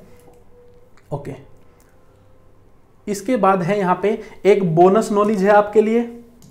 ओके, बोनस नॉलेज है, ये मेरी एक बुक आने वाली है अभी नवंबर में, तो उसी से रिलेटेड मैं आपको सिर्फ यहाँ पे 2 एग्जाम्पल दे रहा हूँ आर्ट एंड कल्चर के। वो क्या है देखिए, in which of the following relief sculpture inscriptions is Ranyo Ashoka, ठीक है ना, Ranyo Ashoka, king Ashoka mentioned along with the stone portrait of Ashoka. कौन सा यहाँ पे रिलीफ स्कल्पचर इंस्क्रिप्शन हमें ऐसा मिला है जिसमें यहाँ पे रान्यो अशोका लिखा हुआ है, ठीक है ना, यहाँ पे अशोका के पोर्ट्रेट के साथ। ओके, ये क्वेश्चन कहाँ से आया होगा, सोच के देखिए जरा। ये जो क्वेश्चन है आपका, ये आप यहाँ पे अगर देखेंगे, ये देखिए, ASI uses just 7% of funds granted. ये एक न्यूज़ आई थी यहाँ पे हमारे द हिंदू में, ये इंडियन एक्सप्रेस में भी आई थी। ओके, इसके जो ऑप्शन है वो आपने देख ही लिए हैं यहाँ पे। ये आपके पास ऑप्शन है, ये कंगना हली, फिर है साचीवन, फिर है यहाँ पे ये शहबाज गढ़ी, और फिर है शोगोरा, ठीक है। चलिए, तो यहाँ पे आप देख सकते हैं, ये आपका आर्टिकल है जनवरी 2019 का, और 2019 का ही प्रीलिम्स का ये क्वेश्चन है। तो ये क्वेश्चन जो हमारा आया है, ये हमारा करंट अफेयर का क्वेश्चन है। ज़्यादातर आजकल जो क्वेश्चन आ रहे हैं ना, वो बिल्कुल करंट अफेयर के क्वेश्चन आ रहे हैं, ठीक है। यहाँ पे ये रहा। ओके, आप इस आर्टिकल को बाद में पढ़ भी सकते हैं, आप क्वेश्चन को मैच भी कर सकते हैं। देन इसके बाद है with reference to the religious practices in India. Okay, धार्मिक अगर हम यहाँ पे जो प्रैक्टिसेस है उनके रेफरेंस में देखें, तो ये जो वर्ड है, ये जो यहाँ पे एक है कि स्थानकवासी सेक्ट, पंथ है जो ये स्थानकवासी, ये किससे बिलोंग करता है, बुद्धिज्म से, जैनिज्म से, और अपना जो है वैष्णविज्म या शैविज्म से।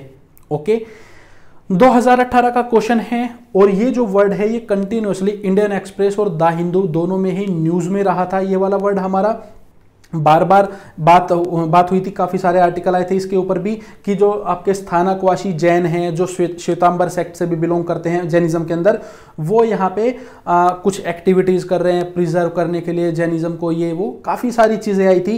तो ये भी आपका करंट अफेयर का क्वेश्चन हो गया। ओके, आप समझ पा रहे हैं। और जो मेंस के मैंने आपको क्वेश्चन दिखाए हैं ना, उसमें भी करंट अफेयर का कुछ रोल है, वो भी मेरी बुक जो आएगी उसमें आपको पता चल जाएगा।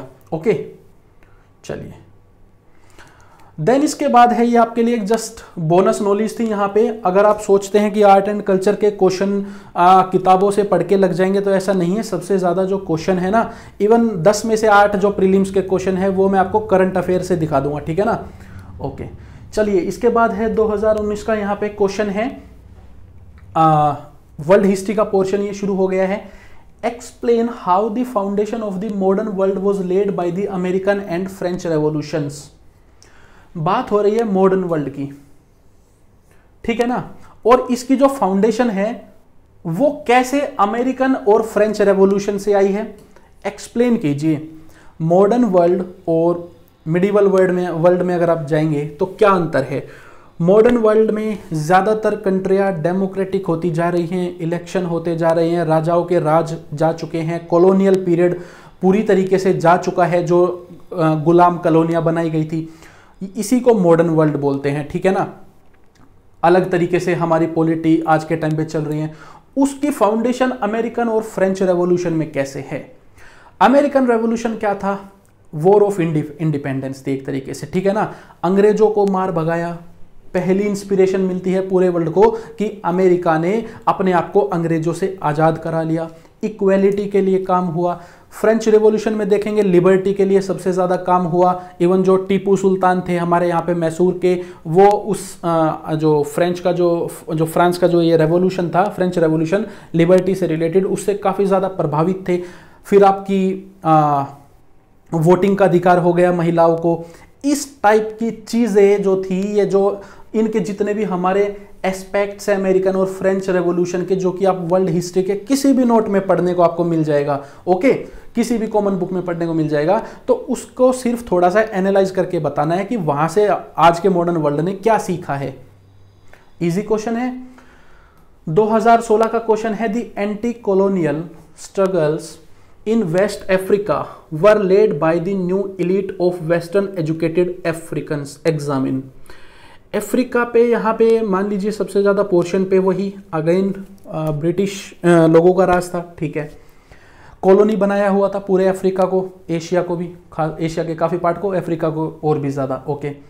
तो वहाँ पे जो वेस्टर्न अफ्रीका है, जो वेस्ट की तरफ का अफ्रीका है, वहाँ पे जो एंटी कॉलोनियल स्ट्रगल्स थी इन कंट्रीज के खिलाफ, जो कॉलोनी बनाए हुए थी, जो लूट रहे थे, वो new elite of western educated Africans ने चलाई थी। इसको एग्जामिन कीजिए।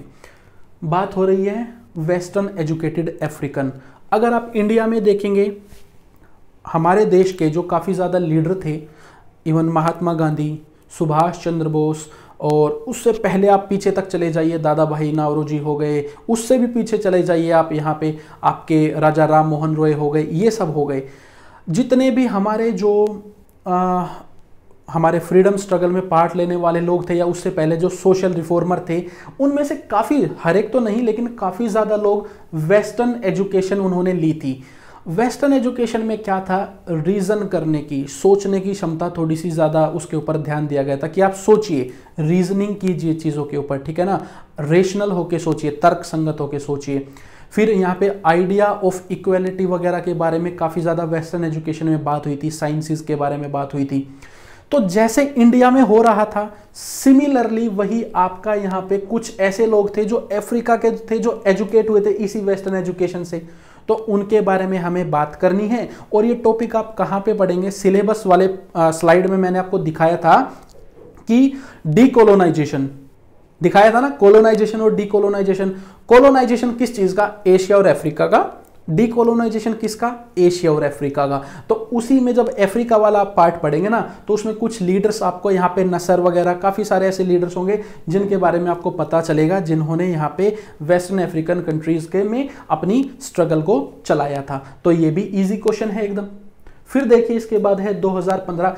मीन्स आप देख पा रहे हैं ज़्यादातर चीज़ें सिलेबस में से ही आ रही है, आर्ट एंड कल्चर वाले पोर्शन को छोड़ के। आर्ट एंड कल्चर में ज़्यादा जो आपका जो ज़्यादा ध्यान दिया गया है वो करंट अफेयर पे भी कुछ दे दिया गया है, कुछ नई फाइंडिंग्स वगैरह आती है, या फिर एनालिसिस पे दिया गया है, या फिर वो हमें इसलिए भी दोस्तों इजी लगता है क्योंकि आर्ट एंड कल्चर हम एंशियंट, मिडिवल और मॉडर्न इंडिया की जो हमारी एनसीईआरटीज़ हैं उन्हीं में काफ़ी ज़्यादा पढ़ चुके होते हैं, है ना। इसीलिए स्पेशल बहुत ज़्यादा पढ़ने की हमें नीड नहीं होती।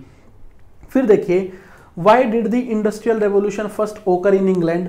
Discuss the quality of life of the people there during the industrialization. How does it compare with that in India at present? Okay, तो यहाँ पे 3 पार्ट है क्वेश्चन के। पहला है कि इंडस्ट्रियल रेवोल्यूशन इंग्लैंड में क्यों हुआ।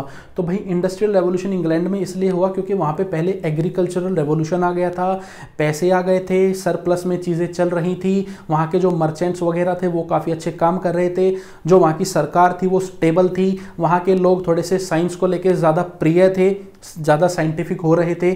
तो इस और भी वेरियस रीजंस हैं, थोड़े बता रहा हूँ यहाँ पे। इंडस्ट्रियल रेवोल्यूशन इसलिए इंग्लैंड में हुआ।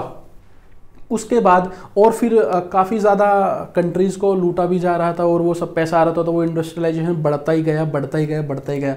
फिर है discuss the quality of life the people there during the industrialization. तो जब ये इंडस्ट्रीज़ वहाँ पे औद्योगिकीकरण चल रहा था तो वहाँ पे लोगों की लाइफ कैसी थी। तो लोगों की लाइफ कुछ ऐसी थी कि जो आपके जो फैक्ट्री ओनर्स होते थे, फैक्ट्री ओनर्स जो होते थे वो तो एकदम बढ़िया लाइफ में थे, और जो लेबर होते थे उनकी बड़ी बुरी दुर्दशा थी।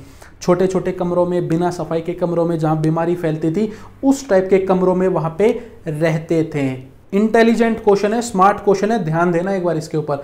वहाँ पे रहते थे, ऐसी कंडीशन थी, बच्चों से काम करवाया जाता था, छोटे बच्चों से। चलिए जान लिया इतना। इसके बाद क्या है, how does it compare with that in India at present. बात कर रहे हैं इंडस्ट्रियलाइजेशन की। इंडिया में इंडस्ट्रियलाइजेशन प्लान्ड तरीके से कब चला, देश के आज़ाद होने के बाद। अर्बनाइजेशन से इसको जोड़ के देखिए, जब इंडस्ट्री लगती है, मान लीजिए एक एरिया बिल्कुल पूरा खाली पड़ा हुआ है, वहां पे आप इंडस्ट्री लगाएंगे, ये इंडस्ट्रियल एरिया है, कुछ फैक्ट्री हैं, कुछ बिल्डिंग आपकी यहाँ पे कारखाने हैं, तो क्या होगा, गांव के एरिया से लोग यहाँ पे आएंगे, अर्बनाइजेशन होगा। ओके, इंडस्ट्रियलाइजेशन हुआ, अर्बनाइजेशन अब हो रहा है, ये गांव के लोग यहाँ पे आ गए। उसके बाद क्या होगा, आपका यहाँ पे वही वाली कंडीशन हो जाएगी। अभी भी इंडिया में जो पे अगर आप देखोगे बहुत ज़्यादा नहीं है।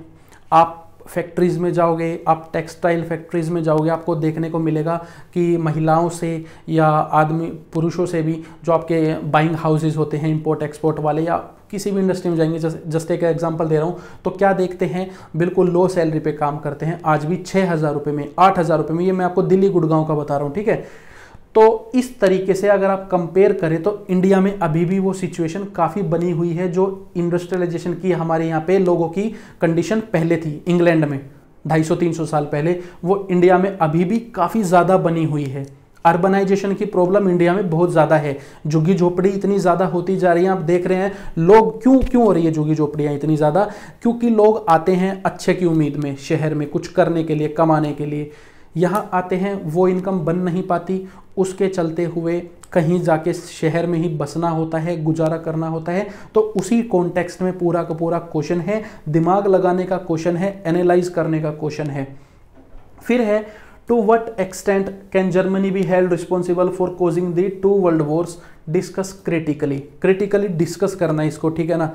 तो बेसिकली जर्मनी के बारे में पूछा गया है कि स्ट्रेट फॉरवर्ड क्वेश्चन है कि वर्ल्ड वॉर जो थी दोनों की दोनों 1 और 2, उसमें जर्मनी का क्या रोल था, वो क्यों इतना ज़्यादा रिस्पॉन्सिबल है, क्यों उसके बारे में उतनी बात होती है। तो जब आप वर्ल्ड वॉर के बारे में पढ़ेंगे तो ये तो आपके लिए बिल्कुल पीस ऑफ केक है ना, इस पे क्या डिस्कस करें। फिर है what were the major political, economic and social developments in the world which motivated the anti colonial struggle in India. देखिए क्वेश्चन है वर्ल्ड हिस्ट्री का, रिलेट कर रहे हैं इंडिया से, है ना, दिमाग वाले क्वेश्चन है, मजेदार क्वेश्चन है, मजा आता है ना सोचने में, पढ़ने में।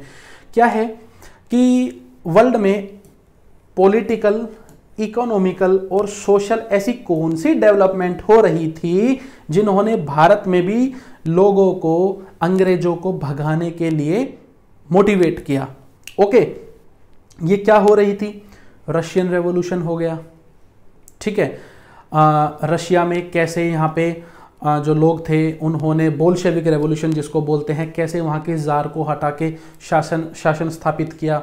उससे पहले आपका अमेरिकन रेवोल्यूशन, कैसे अमेरिकन रेवोल्यूशन ने यहाँ पे कैसे अंग्रेज़ों को भगाया। तो ऐसे काफ़ी सारे एग्जाम्पल आप यहाँ पे यूज़ कर सकते हैं। कैसे फिर यहाँ पे जो लेनिन वगैरह की पॉलिसी थी उन्होंने रशिया में, वो कैसे रशिया को आगे लेके गई, कैसे रशिया के लॉसेस को थोड़ा उन्होंने ठीक किया, ठीक है ना। तो हमारे देश के लोग भी मोटिवेट हुए कि हम भी ऐसा कर सकते हैं। हमारे देश के लोगों के भी दिमाग में ये ज़्यादा अच्छा आइडिया आता गया कि अगर ये ज़ार को हटा सकते हैं तो हम यहाँ पे अंग्रेज़ों को भगा सकते हैं, कि अगर जो अमेरिकन्स है वो ब्रिटिशर्स को भगा सकते हैं तो हम भी भगा सकते हैं। तो हमने काफ़ी कुछ यहाँ पे सीखा और हम मोटिवेट हुए, और भी इसमें काफ़ी कुछ ऐड होगा तो वो हम यहाँ पे अपनी बुक से कवर करेंगे। What were the events that led to the Suez Crisis in 1956? How did it deal a final blow to Britain's self-image as a world power? Suez canal है, ठीक है ना। उसमें क्या हुआ, एक क्राइसिस की सिचुएशन ही आई 1956 में। सुएज कनाल के ऊपर इजिप्ट ने अपना एक तरीके से मालिकाना हक बता दिया, एक तरीके से बता दिया, कब्जे में ले लिया, ठीक है। अब ये जो सुएज कनाल थी ना, पहले तो इजिप्ट से अंग्रेज भाग ही चुके थे, अंग्रेजों को भगा दिया गया था पहले ही थोड़ा सा इससे पहले। और उसके बाद क्या हुआ, बची कुची जो अंग्रेजों की सेल्फ इमेज थी वो ये थी कि सुएज कनाल पे हमारा कंट्रोल है, हमारा, और या फिर फ्रेंच लोग भी यही सोचते थे, ठीक है। अब जब वहाँ के प्रेसिडेंट ने सुएज कनाल को अपने अंडर लिया और ब्रिटिशर्स ने सोचा कि ये तो हमारा अब इकोनॉमिकल नुकसान भी होगा, पॉलिटिकल तो हो ही गया, इकोनॉमिकल भी होगा। अगर ये कैनाल इनके अंदर चली गई तो यहाँ से आपका व्यापार का रास्ता, आपके समुद्री जहाज निकलते हैं, ठीक है। तो ये एक यहाँ पे फाइनल ब्लो ऐसे हुआ कि अंग्रेजों ने कोशिश तो करी सुएज क्राइसिस में, इस सुएज कनाल के मुद्दे के ऊपर इजिप्ट को दबाने की, घेरने की, युद्ध करने की, जो भी करने की, लेकिन अमेरिका ने, यूएसएसआर ने उस समय पे अंग्रेजों को दरकिनार कर दिया, उसके ऊपर दबाव बना के इजिप्ट का यहाँ पे थोड़ा सा सपोर्ट कर दिया। तो बेसिकली हुआ क्या कि आपका जो इनकी जो इमेज थी ब्रिटिशर्स की वो काफ़ी यहाँ पे बर्बाद हो गई। फिर है the new economic policy 1921 of Lenin had influenced the policies adopted by India soon after independence. Evaluate. अच्छा ठीक है, बात हो रही है इकोनॉमिक पॉलिसी की, है ना। और हमारा जो देश है इंडिपेंडेंस के बाद वो भी मिक्स्ड इकोनॉमी की तरफ बढ़ा, ठीक है ना। ओके, तो यहाँ पे 1921 की जो लेनिन पॉलिसी है वो कैसे इन्फ्लुएंस करती है हमारी पॉलिसी को, वो समझिए। लेनिन यहाँ पे जो न्यू इकोनॉमिक पॉलिसी NEP जो लेके आया था अपने रशिया में 1921 में, USSR में, वो कुछ यूँ थी कि उसमें मान लीजिए आपका जैसे पहले क्या था रशिया में, पूरी तरीके से जो इंडस्ट्रीज़ हैं वो सरकार के हाथ में रहेगी, नुकसान काफ़ी ज़्यादा हो रहा था। इन्होंने क्या किया इस इकोनॉमिक पॉलिसी से कि आपकी जो इंडस्ट्रीज़ हैं, छोटे लेवल की इंडस्ट्रीज़ प्राइवेट लोग लगा सकते हैं, लेकिन जो मेजर इंडस्ट्रीज़ हैं वो सिर्फ सरकार के पास रहेगी, जैसे बैंक वगैरह हो गया, डिफेंस वगैरह हो गया, डिफेंस की इक्विपमेंट्स वगैरह, ये सारी चीज़ें। तो उससे क्या हुआ, आपकी इकोनॉमी मिक्स्ड इकोनॉमी बन गई। तो यहाँ पे भी मिक्स्ड इकोनॉमी हो गई और यहाँ पे भी मिक्स्ड इकोनॉमी हो गई। तो इस तरीके से हमारे ऊपर यहाँ पे ये एक इन्फ्लुएंस है। ओके, सो ये भी इजी क्वेश्चन था। आप ये बिल्कुल जब वर्ल्ड हिस्ट्री का पोर्शन पढ़ेंगे तब आपको समझ में आ जाएगा। फिर इसके बाद है सोर्सेज की बात कर लेते हैं। लास्ट एंड फाइनल टाइम मैं आपको यहाँ पे सोर्सेज बता रहा हूँ, दी बेस्ट सोर्सेज बता रहा हूँ, दी बेस्ट, ठीक है ना। क्या है देखिए, पी का मतलब है प्रीलिम्स, P+M का मतलब है प्रीलिम्स प्लस मेंस। ये जो ऊपर के 2 पोर्शन है, टोटल 6 पोर्शन है। ऊपर के जो 2 हैं अपना एंशियंट और अपना मिडिवल, ये सिर्फ प्रीलिम्स में आता है। तो अब समझिए इसको कैसे टैकल करना है। मैंने बताया था NCERT की क्लास 6 और यहाँ पे क्लास 12 की जो थीम 1 है ये एंशियंट इंडियन पार्ट को टैकल करती है, तो हमें ये पढ़नी है, ठीक है। इसके बाद हम पढ़ेंगे NIOS की senior secondary module ancient part, ठीक है। NIOS national institute of open schooling की सीनियर सेकेंडरी की बुक है। कैसे आप डाउनलोड करेंगे वो मैं आपको यहाँ पे बता देता हूँ। ये आपके सामने है यहाँ पे, ठीक है ना। आप क्या करेंगे, नेट पे सीधा लिखेंगे गूगल पे जाके NIOS बुक्स, वो लिखते ही आपके सामने ये आ जाएगा, ये वाली विंडो आ जाएगी। इस पे जाके आप क्या करेंगे, सीनियर सेकेंडरी पे यहाँ पे क्लिक करेंगे, नीचे जाएंगे, हिस्ट्री का पोर्शन आप देखेंगे। हिस्ट्री कहाँ पे है, आई थिंक ऊपर गई ना, एक सेकेंड। हिस्ट्री पे आप जाएंगे, ठीक है। ये यहाँ से आप अपने चैप्टर डाउनलोड कर लेंगे। अब इसमें क्या करना है आपको, chapter number 14 cultural developments in medieval India, यहाँ तक के चैप्टर्स आपको अच्छे से पढ़ लेने हैं, हाईलाइट कर लेना। कल्चर पोर्शन बहुत अच्छे से दिया हुआ है और हिस्ट्री को भी जिनको समझने में दिक्कत है यहाँ से बिल्कुल प्यार से समझ में आ जाएगी, ठीक है ना, ईजी लैंग्वेज में, और काफ़ी अच्छी कवरेज इन्होंने दी हुई है। तो क्या करेंगे, हाउ एंड व्हेन, ये समझिए। NCERTs की आप किताब उठाएंगे 6 की और 12 की और NIOS की, आपको सिर्फ इन पे हाईलाइट करना है। फिलहाल के लिए आप हाईलाइट करके छोड़ देंगे, 2 बार अभी पढ़ लेना, टाइम है अभी आपके पास, 2 बार अभी पढ़ लेना। उससे क्या होगा, आपने पढ़ भी लिया है और फेमिलियर भी हो गई, हाईलाइट भी आपने कर दिया। ज़्यादा टाइम है तो अभी आप क्या करेंगे, तीसरी रीडिंग एक करो या दूसरी रीडिंग में ही 1 लाइनर क्वेश्चन निकाल लो। पहली में निकाल सकते हो तो पहली में निकाल लो। पूरी की पूरी जो बुक है ना उसको क्वेश्चन में तब्दील कर दो। आप बुक पढ़ रहे हो, उसमें जहाँ भी आपको लगे कि हाँ ये क्वेश्चन बन रहा है, यहाँ पे कुछ जानने लायक है, एक अपना अलग से सेपरेट रजिस्टर बनाओगे, एंशिएंट इंडिया का, एक मिडिवल इंडिया का, और उसमें आप उसको 1 लाइनर फॉर्म में लिख सकते हो या फिर सिर्फ हाईलाइट करके भी छोड़ सकते हो। सिमिलर आप मिडिवल इंडिया के लिए करोगे, सिर्फ बुक बदल जाएगी। NCERT क्लास 7 है और यहाँ पे जो 12 की है ये थीम नंबर 2 है। NIOS का मॉड्यूल मैंने आपको बता दिया, 14th चैप्टर तक आपको पढ़ने हैं। फिर है आपका P+M, ठीक है ना, आपका prelims plus mains, modern India का पोर्शन है।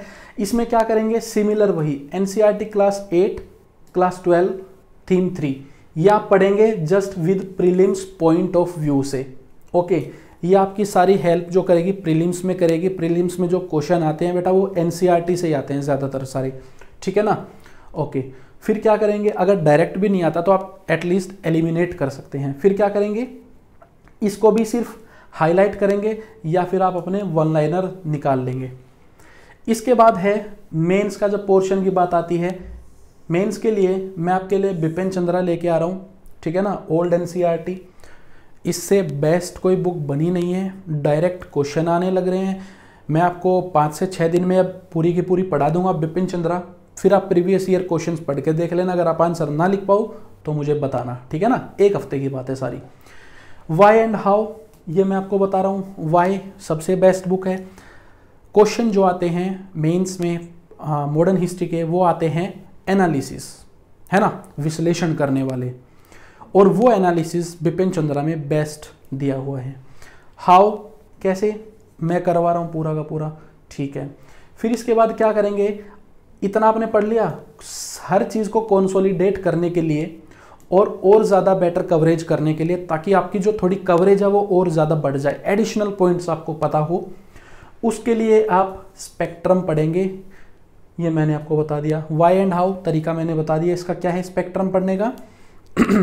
जैसे ही आपकी बिपिन चंद्रा खत्म होगी, मैं आपको पढ़ा दूंगा 1 हफ्ते में, उसके जस्ट बाद आप यहाँ पे बिपिन चंद्रा स्पेक्ट्रम आपकी पढ़ोगे। फिर क्या है P+M में पोस्ट इंडिपेंडेंट इंडिया, इसमें क्या करोगे, पोस्ट इंडिपेंडेंट इंडिया के लिए आप पढ़ोगे क्लास 12 की पॉलिटी है जिसका नाम है politics in India since independence. तो इसमें देश के आज़ाद होने के बाद क्या कुछ हुआ उसके बारे में काफ़ी डिस्कशन है, अच्छी किताब है। फिर है प्रधानमंत्री सीरीज, स्टिल यूजफुल, ये अभी भी यूजफुल है, प्रधानमंत्री सीरीज है, एबीपी न्यूज़ की आई थिंक है यूट्यूब पे, वो देख लेना। उससे क्या होगा, पूरी क्रोनोलॉजी ऑफ इवेंट्स आपको समझ में आ जाएगी, 2 बार देख लेना, ठीक है ना, एक बार अभी, एक बार थोड़े दिन बाद। फिर या फिर एक क्या कर सकते हो, एनी गुड कोचिंग नोट्स, इसमें कोई ऐसा नहीं है कि किसके अच्छे हैं किसके बुरे, आपको भी पता है 4-5 कोचिंग इंस्टीट्यूट्स के नाम, किसी के भी आप यहाँ पे कोचिंग नोट पढ़ सकते हो, कंफ्यूज होने की ज़रूरत नहीं है अब इस चीज़ में कि कौन से पढ़े, अब उस नई रिसर्च में लग गए, कोई से भी पढ़ लेना, ठीक है ना, वो ही आना है। फिर है आर्ट एंड कल्चर, इसमें क्या है, देखिए, good part of portion covered through NCERTs of ancient to modern times and NIOS books. ये मैंने आपको बता दिया कि आपका जो आर्ट एंड कल्चर है उसका काफ़ी ज़्यादा जो हिस्सा है वो तो ऑलरेडी कवर हो चुका है एनसीईआरटीज में और एनआईओएस में, ओके। अब उसके बाद क्या करना है, शार्प आई ऑन न्यूज़पेपर, बिल्कुल एकदम पैनी नज़र रखनी है न्यूज़पेपर के ऊपर। आर्ट एंड कल्चर से रिलेटेड कोई भी अगर न्यूज़ आए तो एटलीस्ट उसके बारे में एक नोटबुक में लिख जरूर लेना, एक नोटबुक बना सकते हो स्पेशल अलग से आर्ट एंड कल्चर की, उसमें आप लिख सकते हो, क्वेश्चन आजकल बहुत ज़्यादा यहाँ से आ रहे हैं, ठीक है। फिर क्या है, डायरेक्ट क्वेश्चंस मैंने बता दिया, प्री एंड मेंस में आ रहे हैं। Which ever topic in newspaper keep adding it into notes, जो भी कोई टॉपिक आए अशोका से रिलेटेड, इंडस वैली से रिलेटेड, उन्हीं पे क्वेश्चन आ जाते हैं, ठीक है। फिर है Nitin Singhania optional to do, ये बुक पूरी तरीके से ऑप्शनल है आपके लिए, टाइम है तो ज़रूर पढ़ सकते हैं, बढ़िया है। इससे क्या होगा, आपको और ज़्यादा थोड़ी सी डीप नॉलेज हो जाएगी। लेकिन कैसे पढ़ेंगे, टाइम बर्बाद मत करना, सिर्फ हाईलाइट कर लेना और रिवाइज कर लेना इसको। आप यहाँ पे ये 3 है, 3-4 बार 5 बार जितनी बार आपको रिवाइज करने का टाइम मिले ना, इसको रिवाइज कर लेना।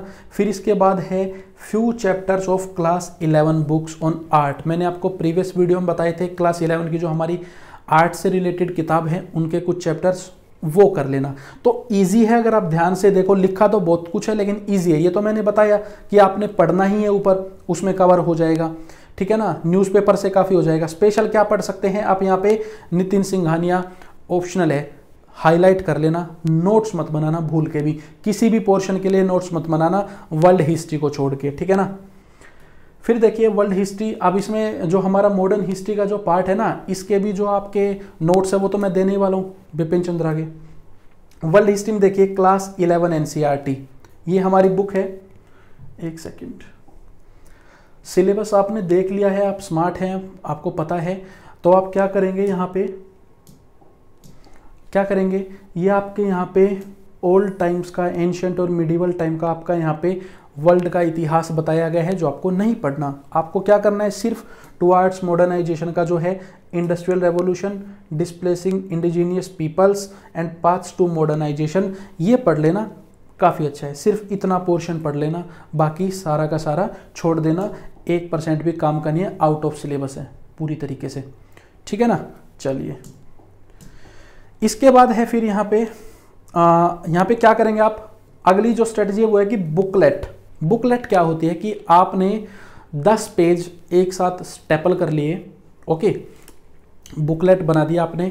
आप क्या करेंगे, जितने भी कीवर्ड है, अमेरिकन रेवोल्यूशन, फ्रेंच रेवोल्यूशन, सभी कीवर्ड्स के ऊपर 4 पेज के, 2 पेज के, 5 पेज के, 6 पेज के आप नोट्स बना लेंगे। हर एक कीवर्ड के ऊपर, एक अमेरिकन रेवोल्यूशन के ऊपर हो गया, एक रशियन के ऊपर, एक फ्रेंच के ऊपर, वर्ल्ड वॉर 1 के ऊपर, वर्ल्ड वॉर 2 के ऊपर, इस तरीके से नोट्स बना लेंगे। अपनी खुद की बुकलेट इंटरनेट से रिसर्च करके, विकिपीडिया से, बड़ा इजी है। या फिर यूट्यूब पे जाएंगे और यूट्यूब पे स्टडी आई, क्योंकि वर्ल्ड हिस्ट्री की वीडियोस हैं, जो आपके कीवर्ड है ना वो यूं के यूं यूट्यूब पे टाइप करके आगे स्टडी आई क्यू लिख देना, मिल जाएंगी। अच्छे से मज़ा भी आएगा सुनने में, पढ़ने में, और वहाँ से शॉर्ट नोट्स भी बना लेना। ओके, हाउ एंड व्हेन, कब करना है, कैसे करना है वो तो मैंने बता दिया। कब करना है? प्रीलिम्स के बाद। कोशिश करना अभी इस पे इतना ज़्यादा फोकस ना करो तो ठीक है।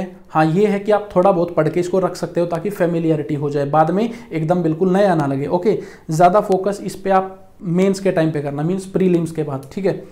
फिर है यहाँ पे एक बिल्कुल अलग अप्रोच हो सकती है, ये भी बिल्कुल बढ़िया है, कोई डाउट नहीं इसमें। किसी भी अच्छी कोचिंग के नोट्स आप यहाँ पे पढ़ सकते हैं। इन नोट्स को सिर्फ हाईलाइट करेंगे और इनको मल्टीपल टाइम्स रिवाइज कर लेंगे, 10 बार, इससे ज़्यादा कुछ नहीं है। देखिए, आंसर राइटिंग में 2-3 चीज़ें होती हैं दोस्तों। क्या है? एक तो है कि आपके पास कंटेंट होना चाहिए, है ना। आपको अगर कुछ पता ही नहीं है, ये राइटिंग बड़ी बेकार आ रही है एक्चुअली यहाँ पे इस वाले पेन से, ठीक है। तो आपके पास एक तो कंटेंट होना चाहिए। आपको पता ही नहीं है कि अमेरिकन रेवोल्यूशन है क्या, तो आप लिखेंगे क्या? तो कंटेंट के लिए इतना मोर देन इनफ है, ठीक है ना। बेसिक जानकारी आपको होनी चाहिए। उसके बाद काम आता है आपका एनालिसिस करने की क्षमता। आप कितना एनालाइज कर सकते हैं, क्योंकि क्वेश्चन एनालाइज टाइप के आते हैं। आप कितना जोड़ सकते हैं कि हाँ, मॉडर्न वर्ल्ड में अमेरिकन और फ्रेंच रेवोल्यूशन का आज क्या योगदान है। तीसरा होता है आपकी स्पीड और आपकी राइटिंग और आपकी लिखने की शैली, ये सब चीजें होती हैं। तो कंटेंट पार्ट के लिए more than enough, more than enough, ठीक है ना। चलिए, इसके बाद है एक स्ट्रेटजी नोट है, इसमें समझिए, do finish reading and highlighting और making one liners of ancient, medieval and modern NCERTs in 1 to 2 times and then revise multiple times just before prelims। अभी क्या करेंगे, ध्यान से सुनिए। अब आप पूछते हैं ना सर करना कब है, कंफ्यूजन ये तो रह गई। आप क्या करेंगे, अभी अपनी जो न्यू NCERTs हैं 6, 7, 8 और 12 के तीनों पार्ट, एंशियंट, मिडिवल, मॉडर्न, उनको पढ़ लेंगे, हाईलाइट कर लेंगे, फेमिलियर हो जाएंगे, हाईलाइट कर लेंगे। टाइम है तो अभी उसमें से वन लाइनर चाहे अभी निकाल लीजिए, अभी उसको पढ़ के छोड़ देना है। फिर इनको आप रिवाइज करेंगे प्रीलिम्स के टाइम पे। या फिर एक दूसरी अप्रोच हो सकती है कि डोंट टच फॉर नाउ, अभी इनको आप टच ही ना करें। मॉडर्न हिस्ट्री में आपको पढ़ाने वाला हूँ पूरी की पूरी डिटेल में, ये तो कुछ भी नहीं। उसके बाद आपकी जो एंशिएंट और मिडिवल हमारा जो पार्ट है उसकी मैं आपको टाइमलाइन पढ़ाने वाला हूं, तो वो भी आपके लिए फेमिलियरिटी आ जाएगी। तो ये पूरा का पूरा काम आप प्रीलिम्स से 2 महीने पहले भी कर सकते हैं। क्यों अभी से बर्डन लिया, क्यों चीज़ों को अभी से रटा?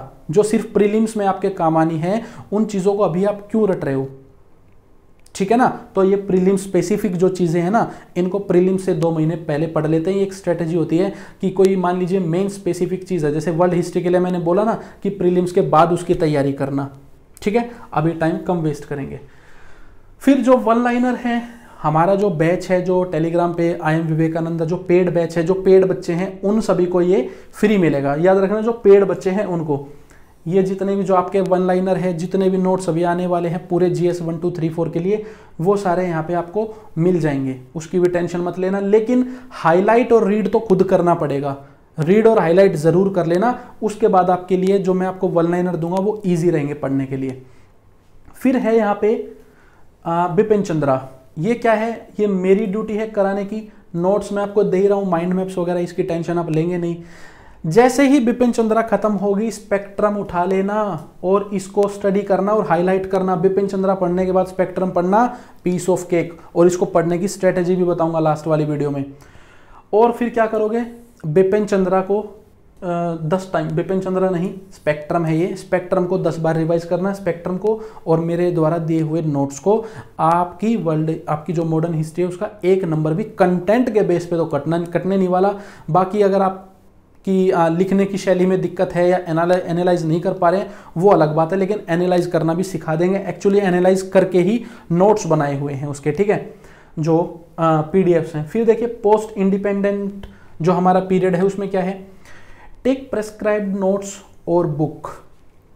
किसी भी कोचिंग के नोट मैंने बताए या जो बुक मैंने पिछली वाली स्लाइड में बताई वो किताब लो, अभी उसको सिर्फ यहाँ पे क्या करोगे, 2-3 बार पढ़ो, हाईलाइट करो और साइड में रख दो, इससे ज़्यादा रोल नहीं है।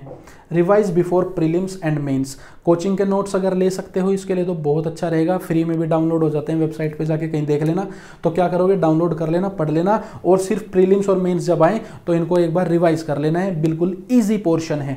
Okay, art and culture. अच्छा, इससे पहले मैं आपको ये भी बता देता हूँ कि माइंड मैप्स क्यों ज़रूरी नहीं है, सिलेबस को देखना, इतना ज़्यादा इलेबोरेट करना क्यों ज़रूरी नहीं है इस पोर्शन के लिए। मान लो मैं बात करूं आपसे मॉडर्न हिस्ट्री की दोस्तों, तो मॉडर्न हिस्ट्री में जो हमारा सिलेबस है ना वो हमारी एक किताब से फिनिश हो जाता है, कंप्लीट हो जाता है। एडिशनली बाहर जाके कुछ पढ़ने की ज़रूरत नहीं है, खास करके मेंस पार्ट के लिए। तो सिलेबस में जाना कोई फ़ायदा ही नहीं है। हर एक चीज़ जो किताब में है, बिपिन चंद्रा में, स्पेक्ट्रम में, शेखर बंदोपाध्याय में, हर एक चीज़ इंपॉर्टेंट है और ईजी है, तो हमें सिलेबस में जाने की ज़रूरत नहीं है। सिमिलरली आर्ट एंड कल्चर के सिलेबस में आप क्या ही जाएंगे, क्वेश्चन आपने देख लिए किस टाइप के क्वेश्चन है, क्या ही जाएंगे सिलेबस में, क्या करेंगे, कन्फ्यूजन ही होगी, बेफालतू में चीज़ों को पढ़ते जाएंगे। तो मैंने आज आपको एक अच्छी खासी अप्रोच बता दी है हर चीज़ को करने की, और ये गारंटी मैं आपको दे रहा हूँ, ठीक है ना। ओके, आर्ट एंड कल्चर के लिए क्या है, just extract the art part from above book. ये मैंने आपको पिछली वीडियो में भी बताया था दोस्तों। आपकी जो एनसीईआरटीज़ हैं एंशिएंट, मिडिवल, मॉडर्न की 6 to 8 और 12 के तीनों पार्ट, उनमें जब भी कुछ आर्ट एंड कल्चर के बारे में लिखा आए कि ये सिक्के थे, ये लिटरेचर था, विजयनगर एम्पायर के यहाँ पे जो राजा थे कृष्णदेवराय, वो लिटरेचर को ऐसे पैट्रोनेज करते थे, चालुक्य डायनेस्टी में ऐसे मंडप होते थे, चोला एम्पायर में ये था, कुछ भी जो भी आएगा एनआईओएस और एनसीईआरटी में, आप उसको या तो नोट कर लीजिए या फिर सबसे अच्छा है अलग कलर के मार्कर से उसको मार्क कर लीजिए, ताकि आपको पता रहे कि जब आपको आर्ट वाला पोर्शन रिवाइज करना है उन वाली बुक में से, तो आप उसी कलर के मार्कर, मान लो आपने पिंक मार्कर चूज किया है तो आप उसको इजीली रिवाइज कर पाएंगे, है ना। बढ़िया एकदम। चलिए ओके, फिर क्या करेंगे, मैंने बता दिया हाईलाइट कर देंगे डिफरेंट शेड के साथ, प्लस में हाईलाइट प्रेस्क्राइब्ड आर्ट बुक, जो बुक बताई है उनको हाईलाइट कर देंगे। And keep I on newspaper, फिर से वही दोहरा रहा हूँ, after all books Nitin Singhania is an option. सब कुछ ये करने के बाद नितिन सिंघानिया एक ऑप्शन है, कोई इतनी ज़्यादा भारी किताब नहीं है, उसके पेज थोड़े ज़्यादा मोटे हैं इसलिए वो ज़्यादा मोटी लगती है, कंटेंट इतना ज़्यादा नहीं है, उसको पढ़ने में ज़्यादा टाइम नहीं लगता। और ये सब पढ़ने के बाद ही उसको पढ़ना, जब आप एनसीईआरटीज़ वगैरह पढ़ लो ना तो आपको आर्ट एंड कल्चर की काफ़ी जानकारी हो जाएगी, तभी उसको पढ़ना फिर, और उसको हाईलाइट करके छोड़ देना है और रिवाइज करना है मल्टीपल टाइम्स, ठीक है। देन इसके बाद है वर्ल्ड हिस्ट्री। इसमें क्या है, for now just read once और twice for familiarity, do it just after the prelims, है ना। चलिए इसके बाद है यहाँ पे कुछ इंपॉर्टेंट टिप्स है, देखिए। No need to take lengthy notes from history portion, आपको कोई नोट्स कहीं पे भी नहीं बनाने हैं। याद रखना एक बात को, नोट्स जब बनाए जाते हैं जब किसी किताब का हमारे पास किसी टॉपिक का, ध्यान देना, सिलेबस के किसी पोर्शन का हमारे पास एक प्रॉपर स्टडी मटेरियल ना हो। मान लो बात करते हैं एग्रीकल्चर जीएस 3 में, एग्रीकल्चर के लिए कोई एक इतना ज़्यादा प्रॉपर हमारे पास कोई सोर्स नहीं है, गवर्नेंस का हमारे पास कोई बहुत ज़्यादा प्रॉपर सोर्स नहीं है, आईआर का भी नहीं है। जिन पोर्शन के सोर्स नहीं है उनके लिए हम बुकलेट स्ट्रेटजी यूज़ करेंगे, जो बताई है मैंने पहले भी और अभी भी बताऊंगा। उसके अलावा जहां जिस पोर्शन को कवर करने के लिए पूरी पूरी किताबें, उनके नोट्स कभी मत बनाना, टाइम बर्बाद मत करना, किताब को ही अपना नोट समझ के चलो। एक किताब को 10 बार जब पढ़ लोगे ना तो दिमाग में आ जाएगी बेटा पूरी। एग्जाम्पल बिपिन चंद्रा हो गई, स्पेक्ट्रम हो गई, जीएस 2 में आपकी इंडियन पॉलिटी के लिए एम लक्ष्मीकांत हो गई, एनवायरनमेंट के लिए शंकर आईएएस काफ़ी सही हो गई किताब इस पर्पज़ से, इंटरनल सिक्योरिटी के लिए और डिजास्टर मैनेजमेंट के लिए आपकी अशोक कुमार आईपीएस सर हैं जो, उनकी बुक हो गई। तो कुछ ऐसी किताबें हैं जो पूरा टारगेट कर देती हैं एक पोर्शन को, और कुछ पोर्शन ऐसे हैं जिनको टारगेट कोई किताब नहीं करती, उनके लिए नोट्स बनाएंगे, समझ गए। इसके बाद है the major portion which requires notes is modern history. Notes जो बनाते हैं ना वो कई साल में एग्जाम क्लियर करते हैं, जो इतने ज़्यादा नोट्स बनाते हैं, हर बात बात पे नोट्स बनाते हैं, ये मत करना। जो एक मेजर पोर्शन है ना जिसके ऊपर नोट्स की रिक्वायरमेंट है वो मॉडर्न हिस्ट्री है, और वो मैं आपको प्रोवाइड करा रहा हूं, तो टेंशन क्यों ले रहे हो? ओके, क्या नोट्स अच्छे हैं? नोट्स अच्छे नहीं होते। दो तरीके के नोट्स होते हैं, एक आपके टीचर ने आपको कुछ पढ़ाया, ओके, और वही स्लाइड्स या नोट्स आपको प्रोवाइड कराएं, एक होते हैं वो नोट्स।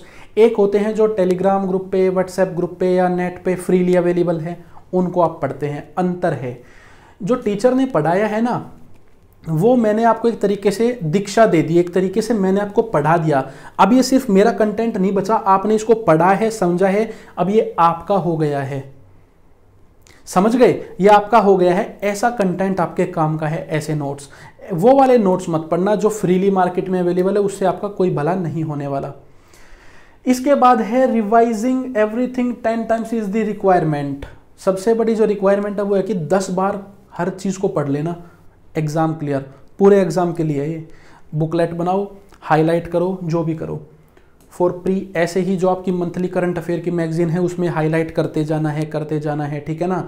बड़ी अच्छी स्ट्रेटेजी लेके आ रहा हूँ, बुक आ रही है पूरी की पूरी, वेट कीजिए थोड़ा सा, नवंबर में आ रही है। For pre converting your NCERTs and additionally the NIOS in question bank is the greatest strategy. Pre के अगर आप चाहते हैं कि आप, वैसे तो कोई गारंटी होती नहीं है कि 10 में से आपके 5 क्वेश्चन लगेंगे या 8, लेकिन आप क्या कर सकते हैं, चांस बढ़ा ही सकते हैं ना। ये स्ट्रेटजी अगर आपने अपना ली ना कि आपने अपनी NCERTs को कन्वर्ट कर लिया अपने लिए क्वेश्चन बैंक में, NCERTs को और NIOS के, इससे ग्रेटेस्ट स्ट्रेटेजी नहीं है। प्लस में मॉक टेस्ट दोगे, है ना, मॉक टेस्ट में नए नए क्वेश्चन आएंगे, वहां से और नया पढ़ोगे, आपके क्वेश्चन तो लगने ही लगने, डायरेक्टली भी नहीं लगेगा तो कम से कम एलिमिनेट कर पाओगे आराम से, ठीक है। फिर है how to use what you have studied, this is the key. Content के लिए इनफ हो गया। अब होता क्या है, कई बार हम क्वेश्चन पढ़ लेते हैं और आपने वो चीज़ें पढ़ी भी हुई हैं, फिर भी आपको लेकिन ये नहीं पता, याद नहीं आता वो क्वेश्चन पढ़ के कि आपने कभी ये पढ़ा है या नहीं पढ़ा, या आप उसको कैसे यूज़ कर सकते हैं उस कंटेंट को। ये ज़्यादा ज़रूरी है, कंटेंट को यूज़ करना सीखना। और यूज़ करना सीखने के लिए क्वेश्चन को समझना बहुत ज़्यादा ज़रूरी है। क्वेश्चन को डीपली समझिए, क्वेश्चन को 2 बार 3 बार पढ़िए। एग्जामिनर का अगर दिमाग थोड़ा सा अगर ले आए ना अपने अंदर, तो इजीली हर क्वेश्चन का आंसर दे पाओगे, क्योंकि कंटेंट की कमी आपके पास 6, 7, 8 महीने पढ़ने के बाद तो होने ही नहीं वाली है, और बाकी कंटेंट की कोई लिमिट है नहीं। ओके, तो अभी जो मैं बुक के बारे में आपको बता रहा था, सबसे बड़ी जो मेजर प्रॉब्लम है वो ये है कि कितना भी पढ़ा लो, कितना भी बता लो, हमारे पार्ट से भी शायद ये दिक्कत है, टीचर के पार्ट से, कि हम भी शायद एक बार में उतना सारा नहीं बता सकते, नहीं पढ़ा सकते, उतना एनालिसिस यहाँ पे खड़े होके नहीं बोल सकते, तो कन्फ्यूजन बनी ही रहती है। इसीलिए वो एक किताब आ रही है, पिछली 5-6 साल के प्रीलिम्स मेंस के एक एक क्वेश्चन थ्रू आउट, एक एक क्वेश्चन पूरे के पूरे आपके ऐसे, आपकी हर एक चीज़ के ऊपर deep and deep analysis, question कहाँ से आया, कौन सी बुक से आया, फिर आप सबसे बेस्ट चीज़ अपने लिए क्या कर सकते हैं, पूरी स्ट्रेटजी हर एक पॉइंट के लिए। कई बार पूछते हैं ऑप्शनल कैसे करें, कई बार कुछ और पूछते हैं, कई बार कुछ और, हर बात का जवाब उस बुक के अंदर होगा, हर बात का जवाब, ठीक है ना।